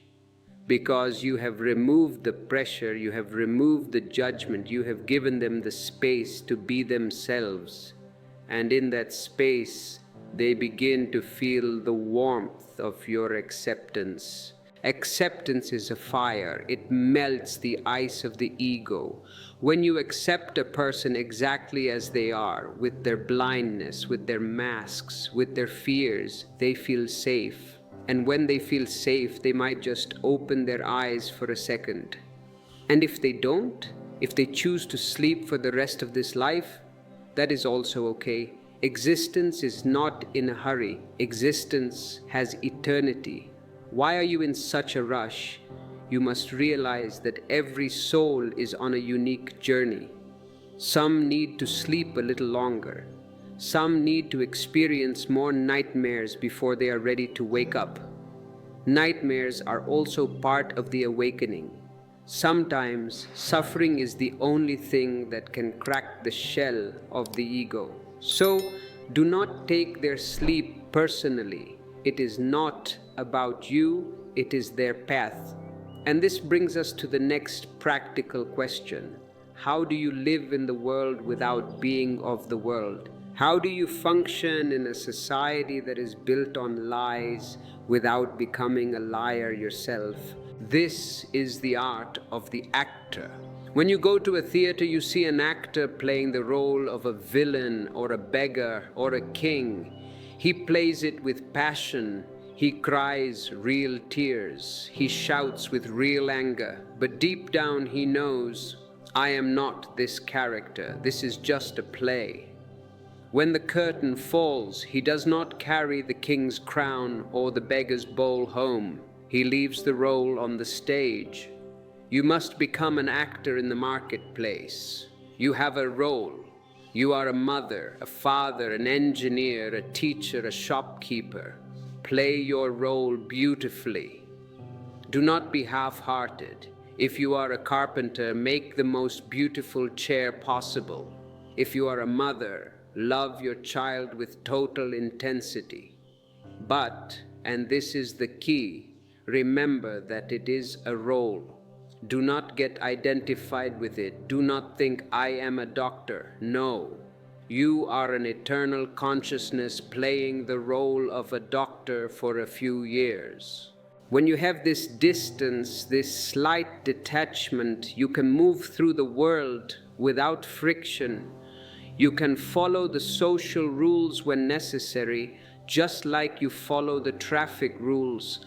When the traffic light is red, you stop. You don't argue with the light. You don't say, this red light is an illusion, I am free. If you do that, you will be hit by a truck. The truck is also an illusion, but it will hit your illusory body and it will hurt.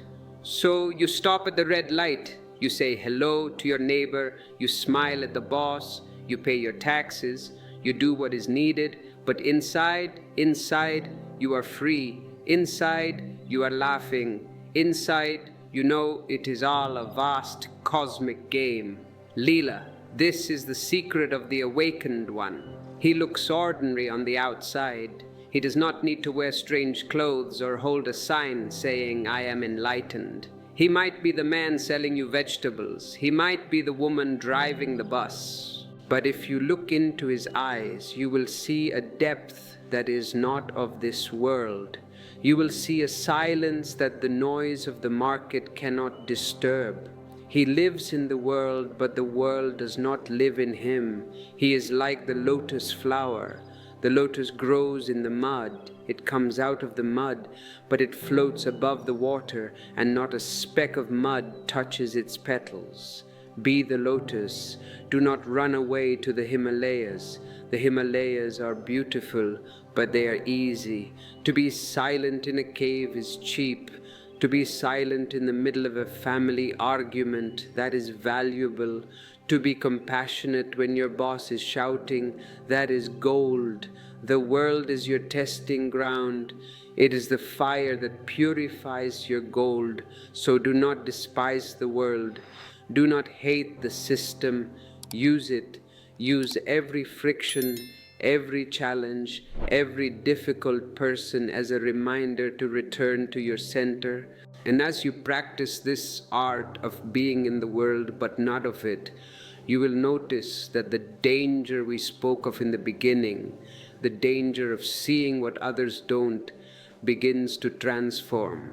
It stops being a danger to you and becomes a danger to the falsehood around you. But now it is a beautiful danger. You become a catalyst. Just your presence changes the chemistry of the room. People might not understand why, but they will feel better around you. They will feel calmer. Your silence will become infectious. You become a healer without trying to heal. You become a teacher without teaching. You become a light without holding a torch. But there is one more layer we must uncover, a layer that many stop before reaching. It is the layer of aloneness versus loneliness. We spoke of loneliness earlier, the pain of not fitting in. But as you mature in your awakening, that loneliness transforms into aloneness. And the difference is the difference between earth and sky. Loneliness is a state of poverty. You are missing the other. You are empty and you want someone to fill you. I am lonely. I need a friend, a lover, a crowd. It is a begging bowl. Aloneness is a state of royalty. You are overflowing. You are so full of your own being that you don't need the other. You can enjoy the other, yes, but you don't need them. If the other is there, good. If the other is not there, good. Your joy does not depend on the external. When you reach this state of aloneness, you are no longer a part of the sheep mind. You are a lion. The sheep are always in a crowd. They are afraid to be alone. The lion moves alone. The lion roars alone. And there is a tremendous beauty in this solitude. It is not empty. It is full of presence. It is full of the divine. When you are truly alone, you are with God. When you are with the crowd, you are far from God. So celebrate your aloneness. Do not try to cure it. Do not try to cover it with noise. Go into it. Go deeper into it. Dance in your room alone. Sit under a tree alone. Look at the stars alone. And suddenly you will see that you are not alone, you are all one. The whole universe is with you. The trees are breathing with you. The stars are shining for you. You have lost the crowd, but you have gained the universe. And this gain is worth any price. But the mind will still try to pull you back. It will say, but what about security? What about the future? If I am so different, who will take care of me when I am old? This is the fear of the future. The sleeper lives in the past and the future. The awakened one lives here, now. If you are worrying about the future, you are asleep. The future does not exist. It has never existed. Have you ever seen tomorrow? When it comes, it is always today. The mind creates the future to escape the present, because the present is like a razor's edge. It is intense. To be fully here, right now, requires you to die to the past and die to the future. And that is frightening to the ego. The ego needs time. It needs a past to have an identity. I am a person who suffered this and that, and a future to have a goal. I will become rich, enlightened, famous. If you take away the past and the future, the ego collapses. And that collapse is what we call awakening. So, when the fear of isolation or the future comes, bring your awareness back to this breath, to this sensation in your hands, to the sound of my voice. Is there any problem right now, in this very second? Not in your memory, not in your imagination, but right now? No. In the present moment, there is never a problem. There is only a situation. If you are hungry, you eat. If you are tired, you sleep. It is not a problem. The mind makes it a problem by thinking about it. Living with open eyes means living without problems. It means living in a continuous flow of response. And this flow leads us to the ultimate realization. The realization that dissolves the danger completely. You see, in the beginning, I told you that seeing is dangerous because it threatens the ego. But in the end, seeing is the only safety, because the ego is the danger. The ego is the source of all fear, all anxiety, all suffering. When you see through the ego, you are safe. For the first time, you are truly safe, because what is real in you cannot be threatened. And what can be threatened, the image, the mask, the status, is not real. You lose the false and you find the real. You lose the dangerous dream and you find the safe reality. So, the danger I spoke of, it is a beautiful danger. It is the danger of the moth flying into the flame. Yes, the moth dies, but it dies into light. It becomes the fire. You are the moth. Truth is the flame. Do not be afraid to burn. Burn your masks, burn your small stories, burn your need for approval, burn your fear of being alone, jump into the fire of awareness. And what remains after the burning, that is you. That is the eternal you. That is the you that was never born and will never die. I have spoken to you of the burden, the loneliness, the compassion, the boundaries, and the ego. But words are only fingers pointing to the moon. Do not bite my finger. Look at the moon. The moon is inside you. As you walk this path, you will need tools. You will need reminders. That is why we have created these videos, and that is why I have poured these teachings into the e-books available in the description. They are not just books. They are reminders of the moon. If you feel cold, use them. And now we must address the final illusion, the illusion that there is a path at all. We talk about steps, step 1, step 2, boundaries, compassion, but this is only a way of speaking. In reality, it is not a linear journey. It is a quantum leap. You can wake up right now. It does not take time. It takes understanding. It takes a shift in perspective. It is like those optical illusions. You look at the picture and you see an old woman. You look again and suddenly, click, you see a young girl. The picture did not change. You did not travel anywhere. Your eyes simply shifted. Awakening is that shift. You look at the world and you see suffering, chaos, danger. You shift your perspective, click, and you see a divine play, a mystery, a dance of energy. The world is the same, but you are different. And because you are different, the world is different. This shift is available to you in every moment. When you close this video, do not go back to sleep. Try to keep this click alive. Look at your room, look at your hand, look at the wall. See it without the word wall. See it as pure existence. Feel the life buzzing in the silence. And if you fall back asleep, if you get angry 5 minutes later, do not judge yourself. That judgment is just the old woman coming back. Just laugh. Say, "Ah, I fell asleep again, how funny."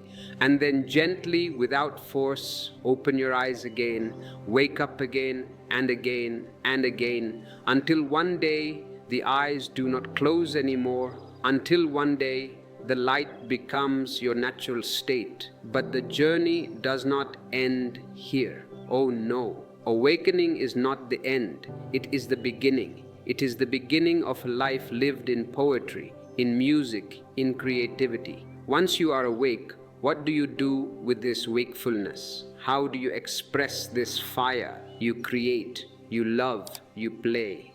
But that That is the mystery of the royal way, the path of the king and the queen of consciousness. And to understand how to live as royalty in a beggar's world, we must go even deeper. We must understand the nature of work and creativity for the awakened one. Because many people think, if I wake up, I will just sit under a tree and do nothing. No, that is a misunderstanding. The awakened one is the most creative being in existence. But his creativity comes from a different source. It does not come from ambition, it comes from overflow. He sings not to get applause, but because the song is too big to contain. He dances not to impress, but because the energy is dancing in him. Let us explore this overflow. Let us explore how your daily work, your job, your art can become your greatest meditation. Because if meditation is only something you do for 20 minutes in the morning, it is a toy. It is not a transformation. If you meditate for 20 minutes and then spend the rest of the 23 hours and 40 minutes in anger, anxiety, and competition, your meditation is useless. It is like taking a shower and then immediately rolling in the mud. Real meditation must move into your hands, into your feet, into your work. Many seekers come to me and say, Osho, I want to leave the world. I want to leave my job. I want to go to the mountains. I tell them, do not be a coward. The mountains are for those who are afraid of the test. The marketplace is the real school. There is a famous Zen saying, before enlightenment, chop wood, carry water. After enlightenment, chop wood, carry water. The action remains the same. The wood is the same wood. The water is the same water. The axe is the same axe, but you are not the same. Before enlightenment, you chopped wood with resentment. You were thinking, why do I have to do this? It is hard. I am tired. I wish I was the emperor. You were chopping the wood, but your mind was in the palace. There was a division, and because of this division, you were exhausted. After enlightenment, you chop wood, and you are simply chopping wood. There is no emperor, there is no palace, there is no future. There is only the axe, the wood, the sound of the chop, the smell of the pine. You are totally there, and when you are totally there, the chopping of wood becomes a dance. It becomes beautiful. It becomes prayer. You must bring this quality to your work.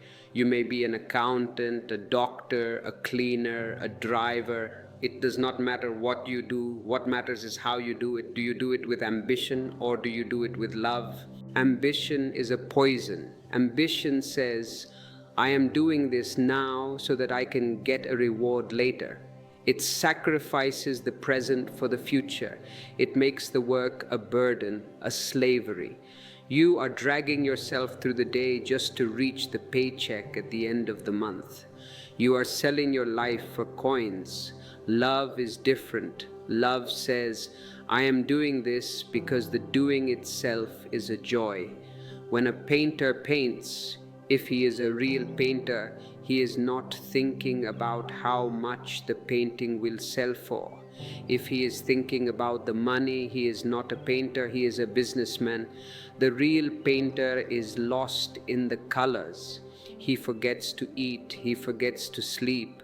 The painting is not work, it is his breathing. You will say, but Osho, I am not a painter, I drive a taxi. I tell you, drive the taxi like a painter paints. Drive it with such awareness, with such grace, with such total presence that the driving becomes an art.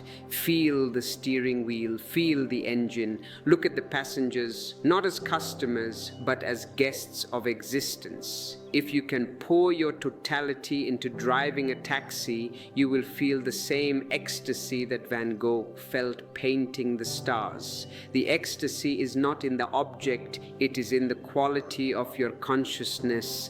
This is the secret of the royal way. The king does not need to do great things. Whatever the king touches becomes great. But society has taught you the opposite. Society has taught you that work is a duty. It is a punishment. The Bible says Adam was thrown out of paradise and punished with work. You shall earn your bread by the sweat of your brow. I want to reverse this. Work is not a punishment. Work is a celebration of energy. Existence is constantly working. The sun is working, the trees are growing, the rivers are flowing. But they are not sweating, they are not complaining, they are not going on strike on Mondays. Why? Because their work is their nature, it is their overflow. When you begin to work from this space of overflow, two things happen. First, you are never tired. You might be physically tired, the body needs rest, but psychologically you are fresh. You are not drained. Ambition drains you because it creates friction. Love recharges you because it connects you to the source.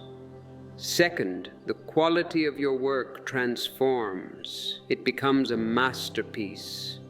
Even if you are just sweeping the floor, you sweep it with such reverence that the floor becomes a temple. And when you work this way, success follows you like a shadow. You don't have to chase it. Who would not want to employ a person who works with joy? Who would not want to buy from a person who pours love into their product? But you are not doing it for the success. You are doing it for the bliss of the action.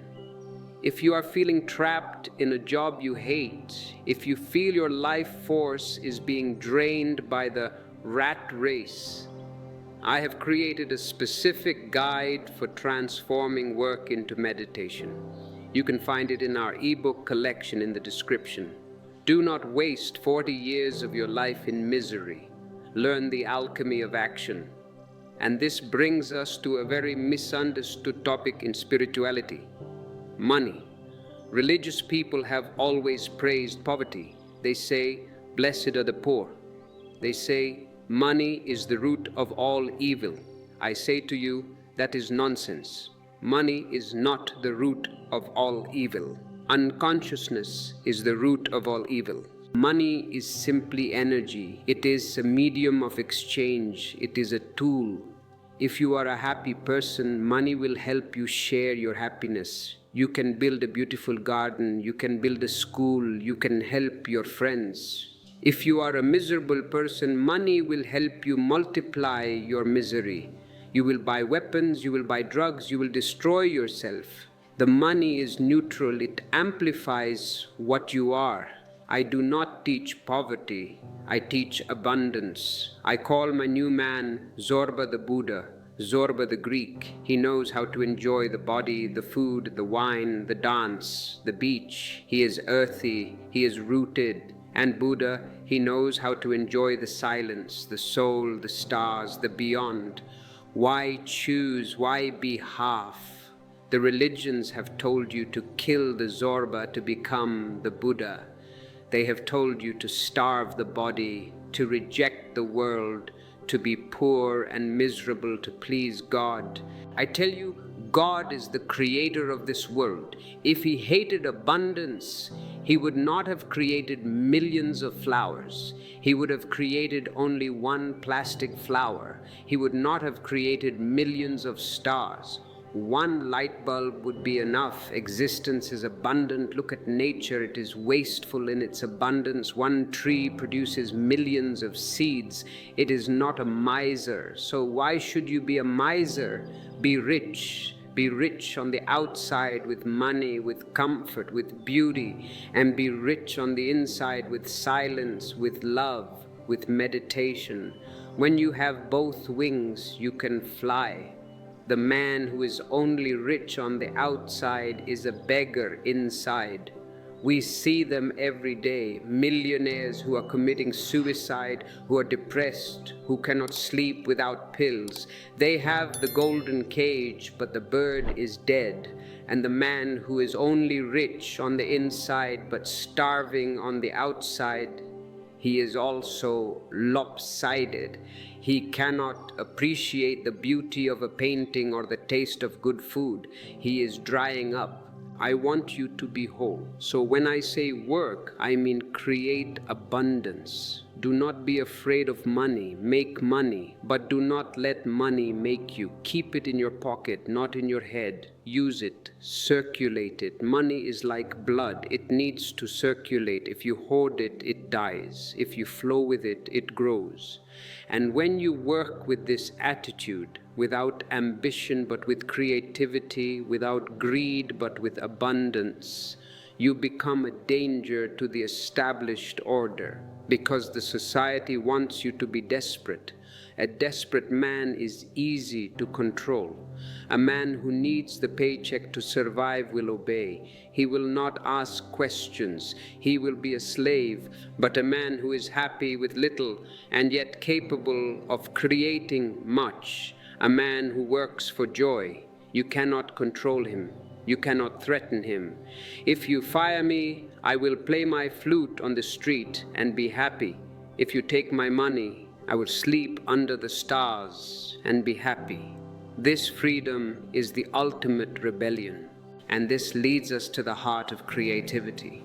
True creativity comes when the creator disappears. Have you ever watched a musician playing a solo? At the peak of the music, the musician is gone. His eyes are closed, his body is swaying. He is not thinking, I am playing C major now.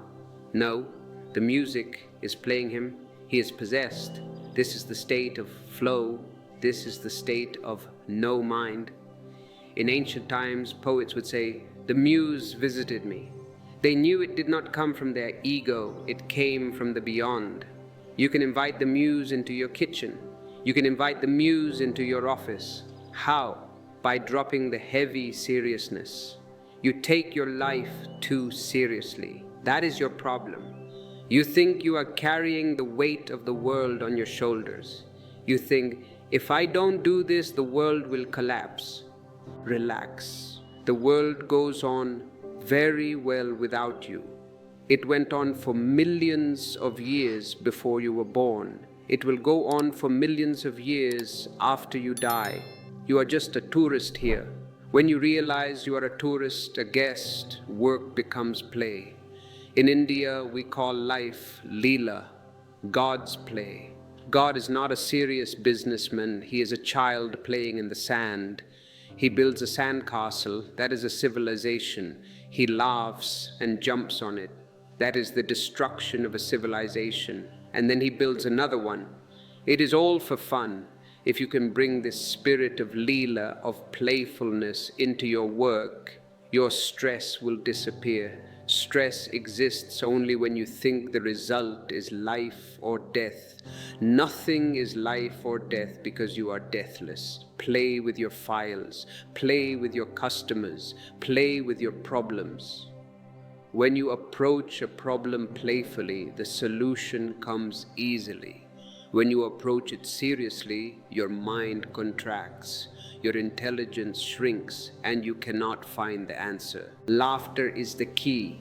I have often said that laughter is the most spiritual sound. No animal laughs. Have you seen a donkey laughing? If you see a donkey laughing, run. It is a miracle.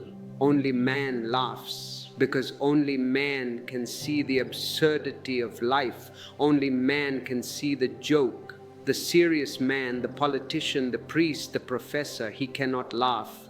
He is too stiff. His ego is like a corset. If he laughs, his corset might break. But the awakened man laughs. He laughs at himself. He laughs at his own ridiculousness. He laughs at the beautiful cosmic joke. So, introduce laughter into your work. If you make a mistake, laugh. Don't beat yourself up. Don't carry a whip. You are human. To be human is to make mistakes. If you fall down, laugh. Get up. Dust yourself off. Walk again. Do not be a perfectionist. Perfectionism is a form of neurosis.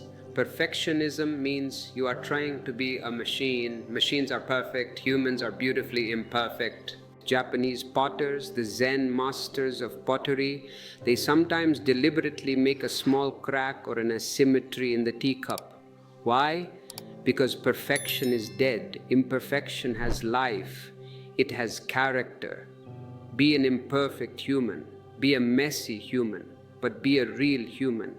And as you integrate this playfulness, this abundance, this creativity into your daily existence, you will notice that the loneliness we spoke of earlier changes its flavor again. It becomes solitude, and from solitude it becomes universal friendship. Because when you are happy in your work, when you are overflowing with creative energy, you naturally want to share. You don't want to grab, you want to give. The beggar grabs, the king gives. You become a king. You start giving your smile to strangers. You start giving your patience to the angry person. You start giving your money to the beautiful cause. And the more you give, the more you have. This is the mathematics of the mystic. It is the opposite of ordinary mathematics. In ordinary math, if you give, you have less. In spiritual math, if you give, you have more. If you keep, you lose. Try it, just for one day. Try giving everything you can. Give a compliment, give a hand, give a look of love. By the evening, you will be exhausted in the body, but your soul will be dancing. You will feel so rich, and this richness, this is the safety we were looking for.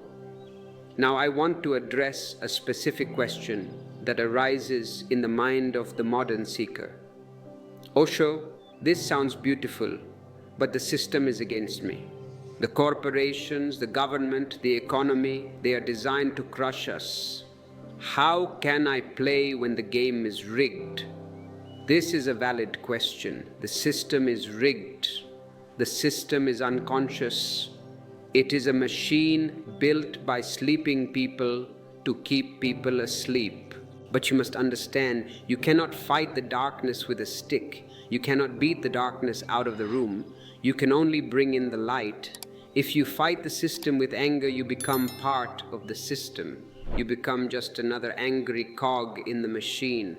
You must be in the system, but not of it. This is the strategy of the Trojan horse. You enter the corporation, you look like them, you wear the tie, you speak the language, but inside you are carrying a Buddha, inside you are carrying a revolution. You infect the system with your presence. One conscious person in a meeting room can change the energy of the whole meeting. You don't have to preach. You just have to sit there, breathing, centered, smiling. Your vibe will ripple out. People will calm down. Solutions will appear. They won't know why. They will think, today was a good meeting. They don't know it was because of you. Be a secret agent of the divine. Do not expose yourself. Do not go around shouting, I am spiritual. That will just get you fired. Be subtle. Be invisible. Sufis have a saying, carry God in your heart and your hands in the work. Nobody needs to know what is in your heart. Let it be your secret romance. Let it be your secret affair with the universe. And when you live this way, the danger of seeing what others don't becomes your greatest adventure. You are walking through a jungle. Yes, there are tigers. Yes, there are snakes. But if you are awake, the jungle is not scary. It is fascinating. You watch the tiger, you watch the snake, you move with awareness. Life becomes a thriller.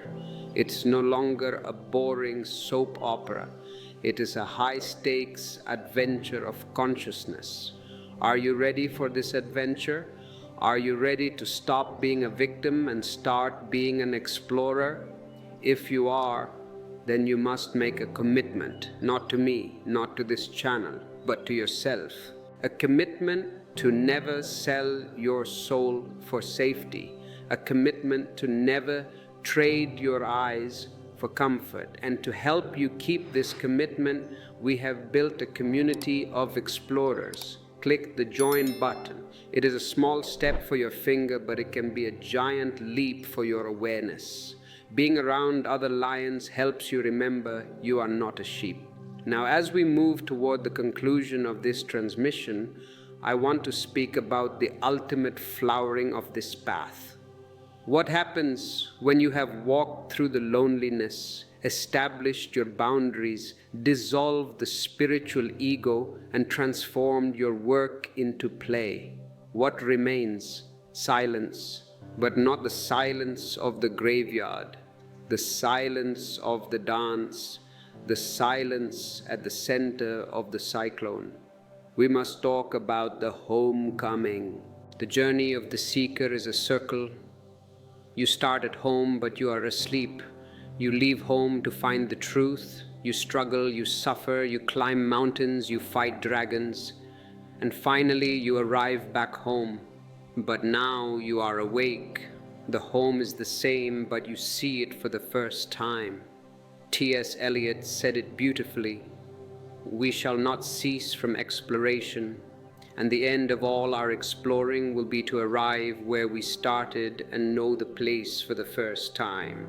Let us speak of this homecoming. Let us speak of the death of the seeker and the birth of the finder, because eventually you must stop seeking. Seeking is a subtle form of desire. Seeking says truth is over there in the future. Finding says truth is here. You have to move from being a seeker to being a finder. You have to stop knocking on the door and realize that you are already inside the house. How to make this shift, how to drop the spiritual journey and just be. This is the most delicate part. The mind loves the journey. It loves the drama of I am working on myself. I am processing my trauma. I am balancing my chakras.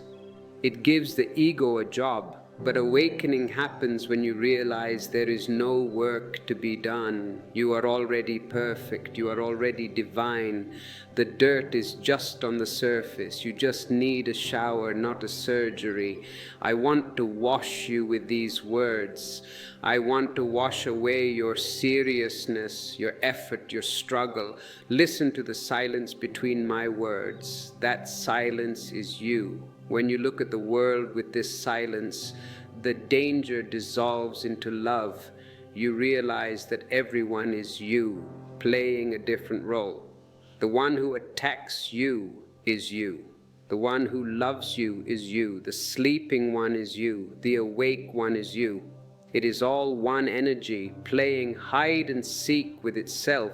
And when you see this, really see this, you throw your head back and you laugh, a belly laugh that shakes the stars. That laughter is the final amen. But before we reach that laughter, we must clear one last obstacle, the obstacle of time. The mind lives in time. The soul lives in eternity. You are constantly worried about time. I am getting old. I don't have enough time. I wasted my life. This regret is a heavy stone. You must drop it. It does not matter if you are 20 or 80.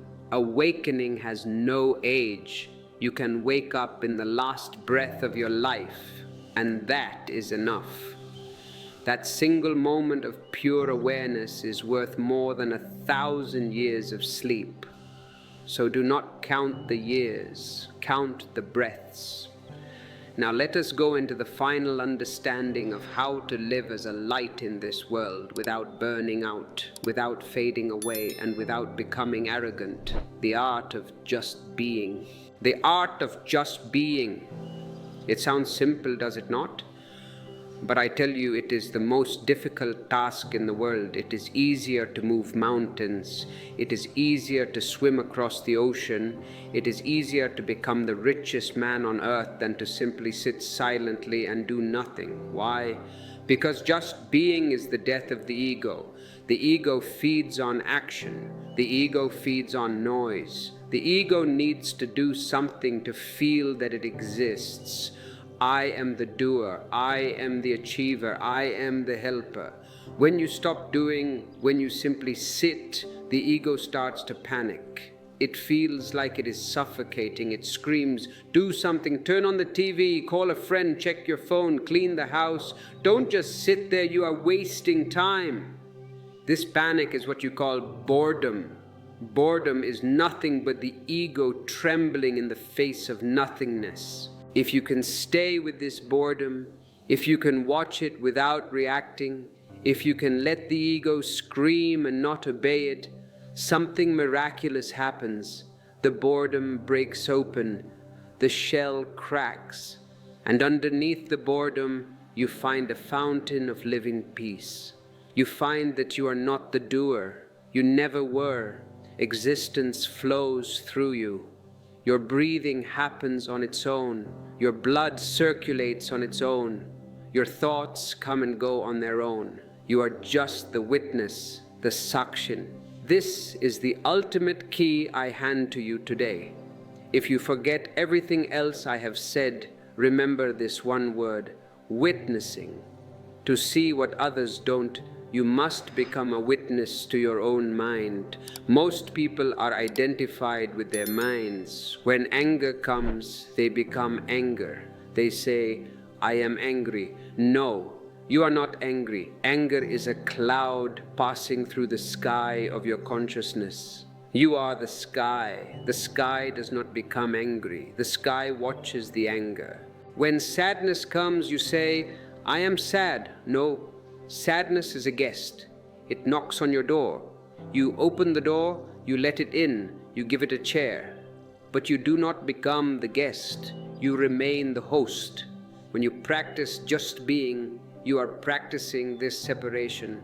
You sit, the body sits, the mind chatters. But you are the one watching the body sit and watching the mind chatter. You are the third point. And this third point, this witness, cannot be hurt. It cannot be insulted. It cannot be lonely. It cannot be afraid. The danger we spoke of, the danger of seeing truth, only exists for the mind. The mind is terrified of truth because truth dissolves the mind, but the witness is truth. So, how to practice this? It does not require a temple. You can practice it right now as you listen to my voice. Listen to the voice, but also be aware that you are listening. A double arrow of attention. One arrow pointing to me, one arrow pointing to yourself. Feel the listener. Who is inside there decoding these sounds? Who is inside there feeling these words? Turn the light upon yourself. This is what Jesus meant when he said, the kingdom of God is within you. But you are looking for it in the shopping mall. You are looking for it in relationships. You are looking for it in the future. Stop looking, start seeing. When you live as a witness, your life becomes a play. You play the role of the mother, the father, the worker. But deep down you are smiling. You know it is a costume. And when the costume gets old and torn, you are not sad. When the body gets old, when sickness comes, you watch the sickness. You say, the body is hurting today, interesting. You do not say, I am hurting. This distance is not coldness, it is freedom. It is the only freedom. And this leads us to the final test of the awakened one. The test that scares humanity more than anything else, death. If you can see what others don't, you will see that death is not the end. You will see that death is the greatest fiction. Society is terrified of death. It hides it. We put dead bodies in nice boxes. We put makeup on them. We bury them quickly. We don't talk about it. We pretend we are going to live forever. But the awakened one knows that life and death are two wings of the same bird. You cannot have one without the other. To deny death is to deny life. If you are afraid of death, you will be afraid of life. You will live a lukewarm life, a timid life. because you are afraid that if you live too intensely, you might die. The man who sees the truth welcomes death as a lover. Socrates, when he was given the poison, was excited. His disciples were crying, they were weeping. Socrates said, "Stop this nonsense. Why are you crying? I have lived my life fully. Now I want to see what this death is. It is a new adventure. Maybe it is a dreamless sleep that is beautiful. Maybe it is a journey to another world that is beautiful. Why cry?" He took the poison as if it were wine. This is the dignity of the one who sees. You are afraid of death only because you identify with the body and the ego. I am this name, I am this form. The name will die. The form will dissolve into dust. But the witness, fire cannot burn it, water cannot drown it, sword cannot cut it. Death cannot touch it.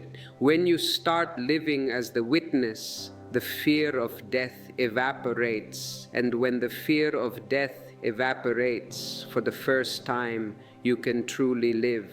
You can take risks. You can be dangerous. You can speak your truth even if the whole world stands against you. What can they do? Kill you? That is nothing. You are already eternal. This is why I say the awakened man is dangerous. He cannot be blackmailed. He cannot be threatened. He has no fear. Imagine a world of people who have no fear. The politicians would be out of a job. The priests would be out of a job. The generals would be out of a job. They need your fear.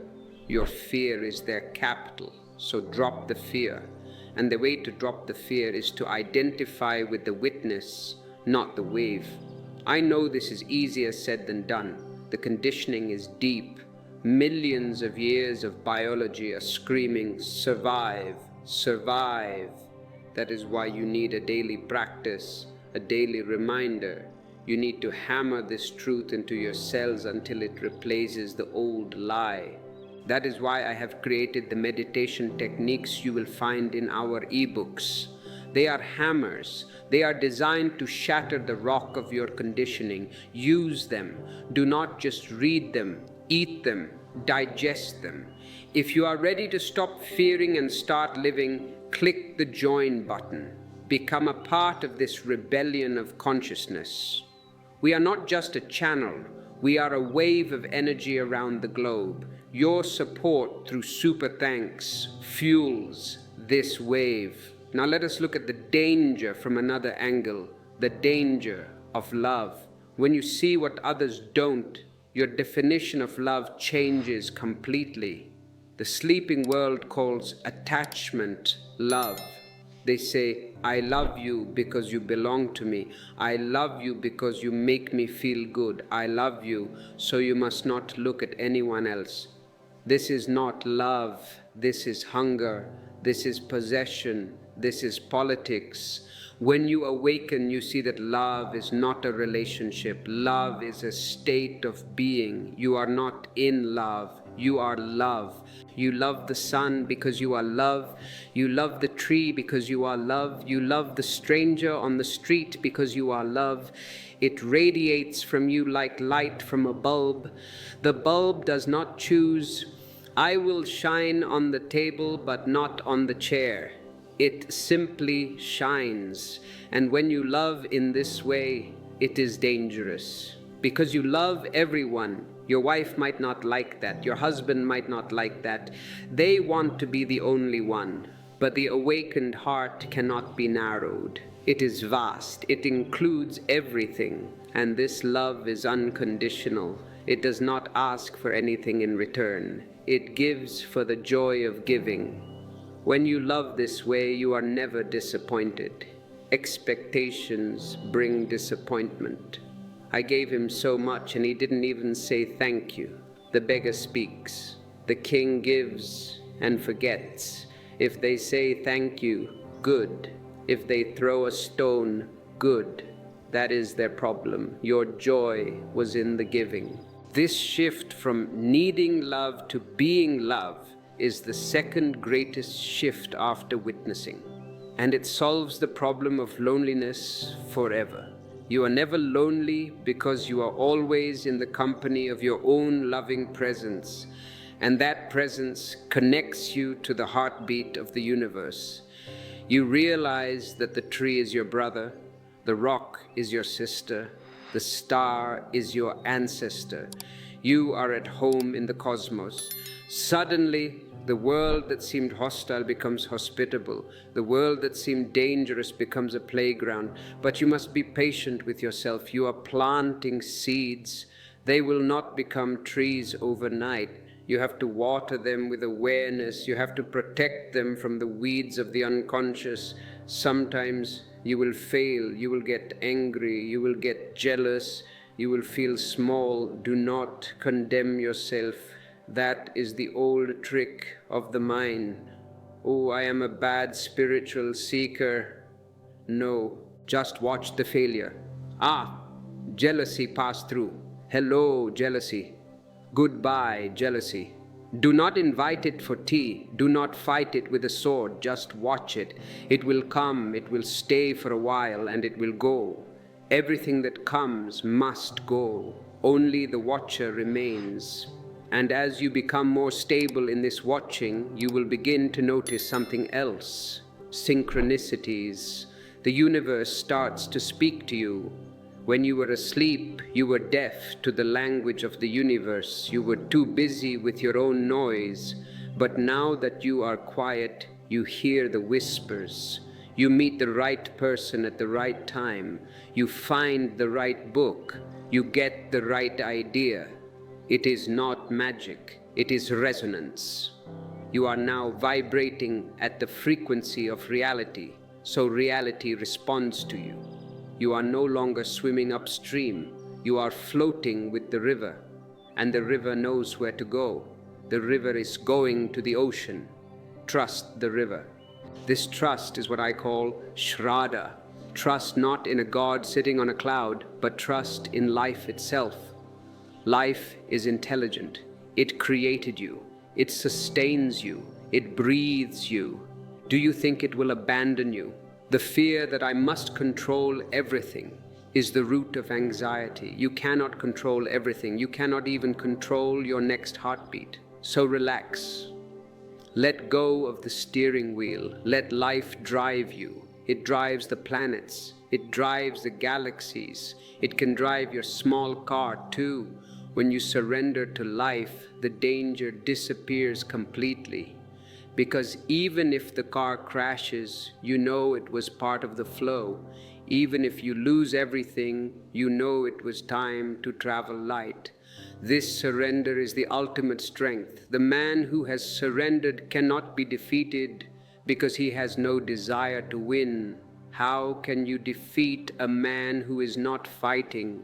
He is like water. You strike water with a sword and the water yields. But the sword cannot hurt the water, and eventually the water wears down the stone. Be like water, soft, yielding, fluid, yet unstoppable. Now, I want to address the skeptics, the mind that says, Osho, this is too abstract. How does this pay my rent? How does this fix my marriage? I tell you, this is the only thing that fixes your marriage. This is the only thing that makes your work meaningful. Your marriage is suffering because two beggars are fighting over a crust of bread. Two unconscious egos are clashing. If you bring awareness into your marriage, if you become a witness, you stop reacting, you start listening, you start seeing your partner not as a possession but as a divine mystery. The conflict dissolves, the love returns, but a higher quality of love. Your work pays the rent, yes, but does it pay for your soul? You can pay the rent and be miserable in a golden palace. Awareness changes the quality of your life. It turns the water into wine. It turns the mundane into the sacred. So do not say this is abstract. This is the most practical thing there is. It is the science of inner transformation. And we need this science today more than ever. Look at the world. Look at the madness. We have advanced technology but primitive consciousness. We have nuclear weapons in the hands of chimpanzees. The world is on the brink of suicide. The politicians cannot save it. The scientists cannot save it. Only you can save it. Not by changing the world, but by changing yourself. Because the world is nothing but the reflection of millions of individuals. If you change, a part of the world has changed. If you become silent, a part of the world has become silent. You are the solution. Do not wait for a Messiah. The Messiah is not coming, or rather, the Messiah is sleeping inside you. Wake him up. This is the danger of seeing what others don't. You realize your responsibility. You realize that you are the creator of your reality. You can no longer blame your father, your mother, the government, the economy. You are responsible, response-able, capable of responding. This freedom is heavy at first. It feels easier to be a slave and blame the master.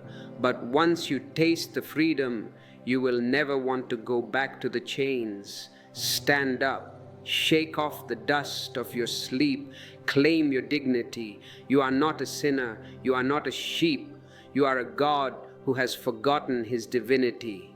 I am here only to remind you, I am not a teacher, I am an alarm clock. And if the alarm is loud, do not be angry. It is time to wake up. The sun is high, the birds are singing.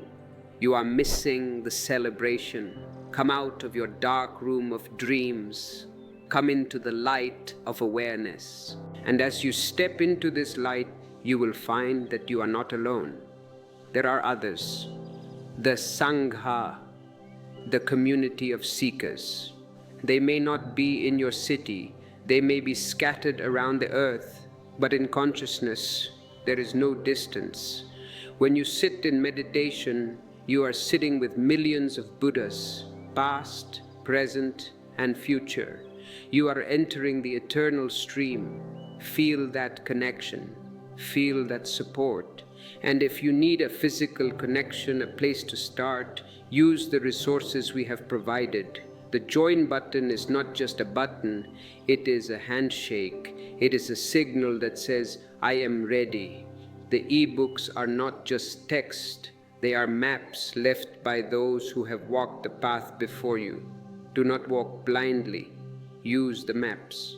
As we move toward the final culmination of this message, I want to take you to the highest peak, beyond witnessing, beyond love, beyond surrender, to the state of no mind, to the state of pure emptiness, where the drop disappears into the ocean and the ocean disappears into the drop.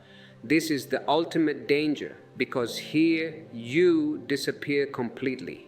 Are you ready to disappear? Because only when you are zero can you be infinite. Only when you are empty can existence play its flute through you.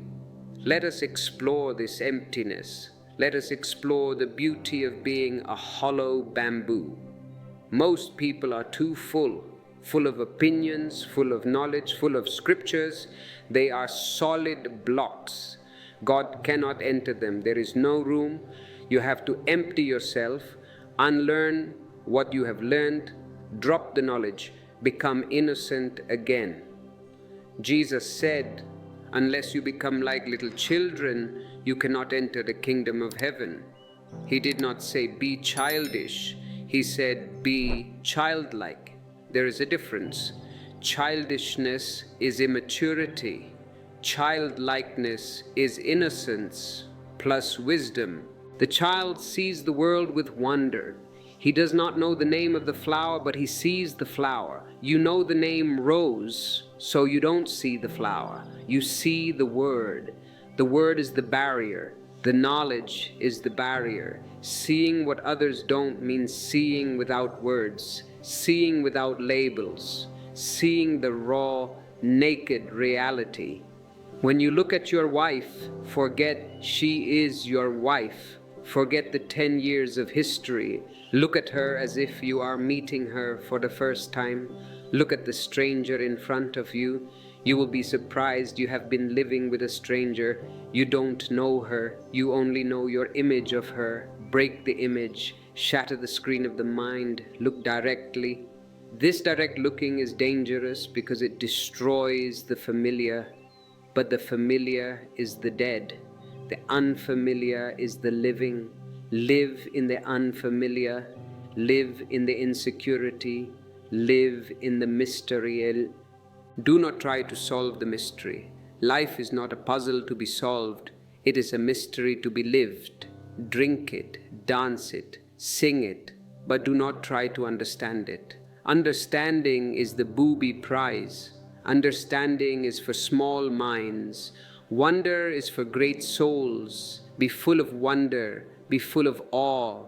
When you walk under the stars, do not act like an astronomer. Be a poet. Feel the vastness. Let it crush your ego. Let it make you feel small, because in that smallness you become vast. When the drop surrenders to the ocean, it becomes the ocean.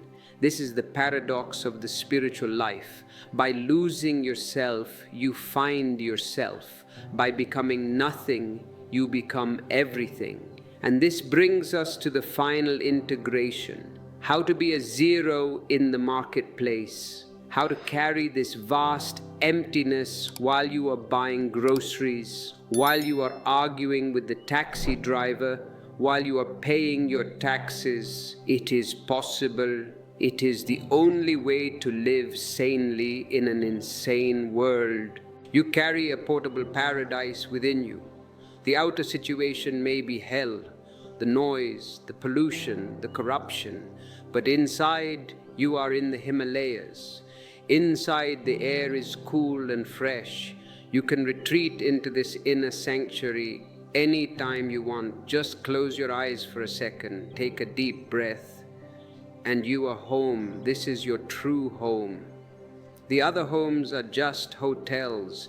You check in when you are born, you check out when you die. Do not get too attached to the hotel furniture. It is not yours, but this inner home, this is yours forever.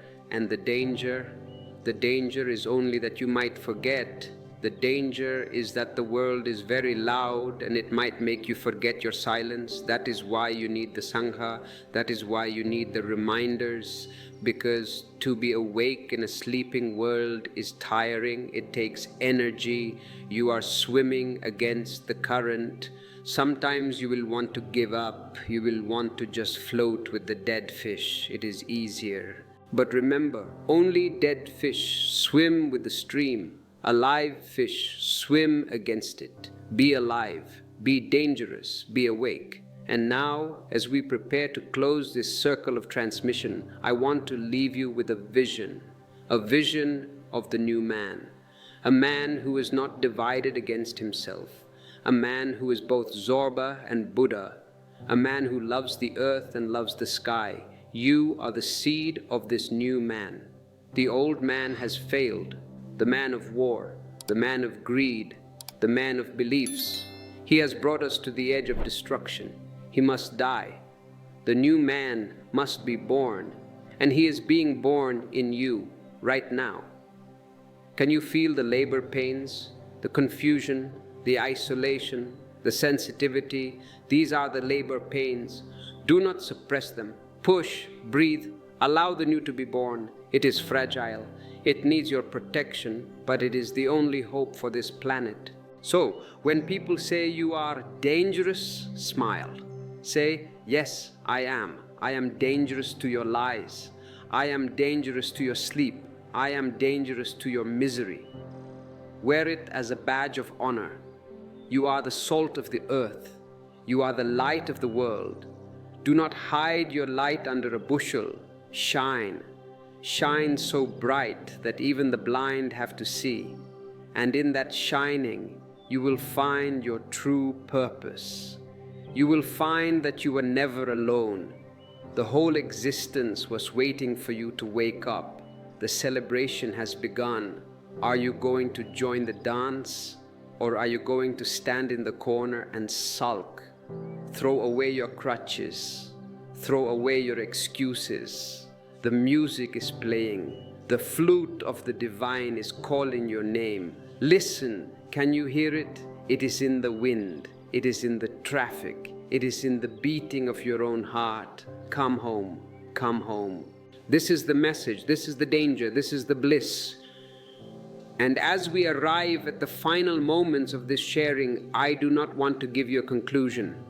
A conclusion is a dead thing. A conclusion puts a full stop. Life has no full stops. It has only commas. It goes on and on. It is a river that flows into the ocean, becomes vapor, becomes a cloud, becomes rain, and becomes a river again. It is a circle of energy. So, I will not give you a conclusion. I will give you a beginning. Today, right now, can be your beginning. You can drop the old skin. You have carried it long enough. It is smelly, it is heavy, it is dead. Why are you carrying a corpse? Drop the past. The past is just memory. It has no reality.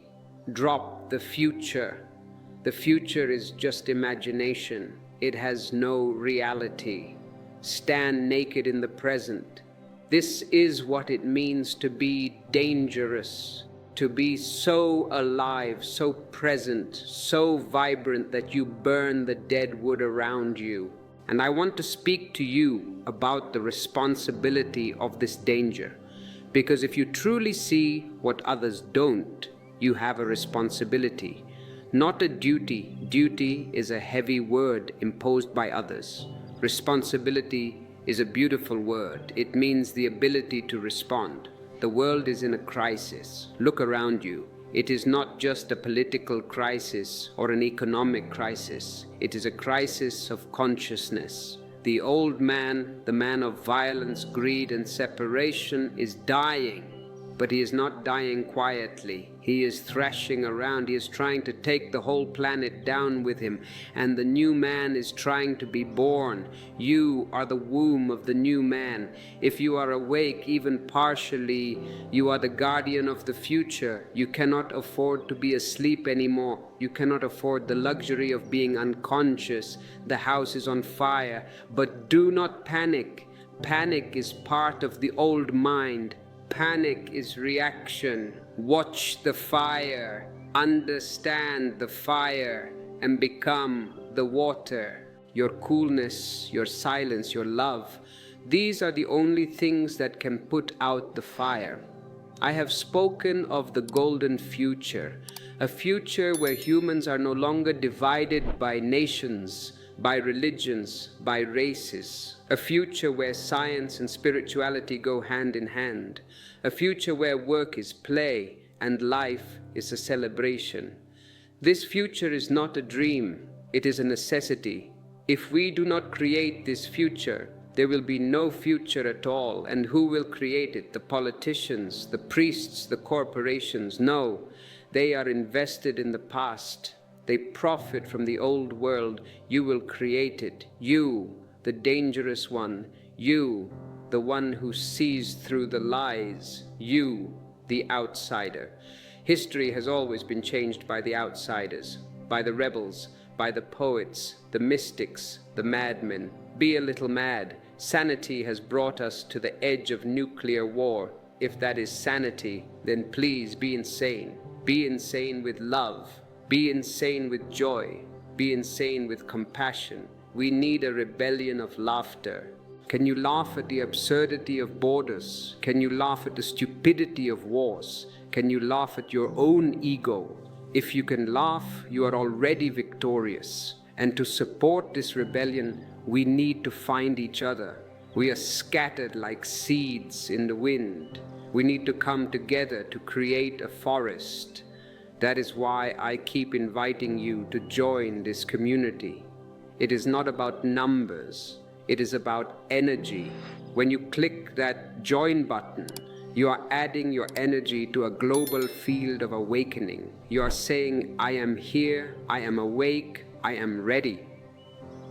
And if you feel that this message has nourished your soul, if you feel that these words have been a cool breeze in the desert of your life, you can offer your gratitude through super thanks. Gratitude is not for me. I do not need it. Gratitude is for you. When you are grateful, your heart opens. When you give, you become a king. Do not be a beggar in a world of abundance. Now let us go deeper into the mystery of celebration. I teach celebration as the highest form of prayer. Christians go to church and look sad. They look at a man dying on a cross. Their religion is based on death. Jesus died for your sins. What a morbid idea. I say to you, live for your own glory. Do not worship death, worship life. Life is dancing in the trees. Life is singing in the birds. Life is flowing in the rivers. Why are you standing in the corner with a long face? Religions have made you guilty. You are a sinner. You are born in sin. I tell you, you are born in innocence. You are born in divinity. Drop the guilt. Guilt is a poison. It cuts your roots. A guilty man cannot dance. A guilty man cannot love. He is always shrinking, always apologizing for his existence. Stop apologizing. You have a right to be here. You have a right to be happy. In fact, you have a duty to be happy, because your unhappiness creates pollution. When you are unhappy, you make others unhappy. You spread the virus of misery. When you are happy, you contribute to the well-being of the existence. So if you want to be religious, be happy. If you want to be spiritual, be joyful. Let your life be a song. And when you live this way, the danger of seeing becomes a magnet. People will be attracted to you. They will not know why. They will just want to sit near you. They will want to catch your infection. Infect them with joy. Infect them with silence. This is the only way to change the world. Not by arguments, not by philosophy, not by force, but by infection. Be so healthy spiritually that you become contagious. And now, I must address the final illusion that keeps you from this celebration, the illusion of waiting. You are all waiting, waiting for the weekend, waiting for retirement, waiting for the right partner, waiting for enlightenment. One day I will be happy. That day will never come, because tomorrow never comes. Existence knows only one time, now. If you cannot be happy right now in this imperfect situation, with this imperfect body, with this imperfect bank account, you will never be happy. Perfection is not a requirement for happiness. Totality is. Be totally unhappy if you are unhappy. Dive into it. Do not resist it. If you dive into your unhappiness totally, you will come out the other side. You will find that the bottom of unhappiness is happiness, but you are lukewarm. You are half-hearted. You smile when you want to cry. You say, I am fine, when you are dying inside. Be authentic. The danger of seeing is that you become authentic. You stop faking it. And society hates authentic people, because authentic people are unpredictable. You cannot control them. A robot is predictable. A human being is a mystery. Be a mystery. Do not let anyone put a label on you. He is a doctor. He is a husband. No, these are just functions. Who are you behind the function? You are a vast, empty sky. And in this sky, clouds come and go, clouds of pain, clouds of pleasure, clouds of fame, clouds of shame. Let them pass. Do not cling to the white clouds. Do not fight the black clouds. Just be the sky. This is the essence of my teaching. Be the sky. And as you practice this, as you use the meditations we have provided in the ebooks, as you deepen your roots in the present moment, you will discover that the loneliness you feared is actually a solitude full of God. You will discover that the silence you ran from is the voice of existence. You will discover that you are not separate from the whole. The wave thinks it is separate from the ocean. It is afraid of dying. It says, I am a small wave. I will crash on the shore and die. But if the wave wakes up, it realizes, I am not the wave. I am the water. The form of the wave will die, the water will remain. You are the water. You have taken the form of a man or a woman for a brief moment. Enjoy the form, play with the form, but do not forget the water. When you remember the water, the fear of death vanishes. And when the fear of death vanishes, life becomes a divine comedy. You can laugh at the drama, you can laugh at your own funeral. Why not? It is just the wave returning to the ocean. It is a homecoming. And this brings us back to the beginning, the danger of seeing what others don't. What do you see now? Do you see the danger or do you see the liberation? It depends on you. If you cling to the ego, it is a danger. If you surrender to the soul, it is liberation. The choice is yours, and you have to make this choice every single moment. It is not a one-time choice. Every breath is a choice, asleep or awake, fear or love, ego or emptiness. Choose awareness. It is a steep path. It is a razor's edge. But the view from the top is worth it, and you are not climbing alone. I am with you. My words are not just words, they are energetic transmissions. If you listen with your heart, not just your head, you will feel me. I am not a person, I am a presence.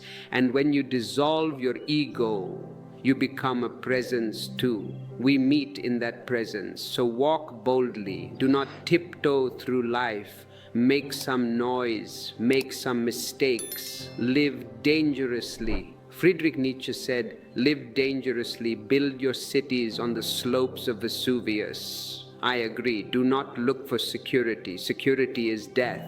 Look for aliveness. And now, as silence descends, listen to the silence.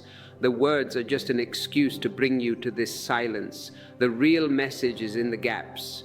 The real message is in the pause. Can you hear it? It is the sound of your own being. It is the sound of the universe humming. Om, vibrate with it. Let it heal you. Let it transform you. And then take this silence back into the marketplace. Take it to your office. Take it to your family. Do not become a monk who hides in a monastery. Be a monk in the world. Let your silence be louder than their noise. Let your love be stronger than their hate. Let your light be brighter than their darkness. You are the hope. You are the dream. You are the future. Do not fail yourself.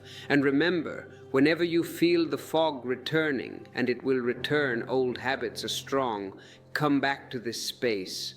Come back to these reminders. We have built this channel as a watering hole for the thirsty. Drink from it whenever you are dry. Open the e-books in the description.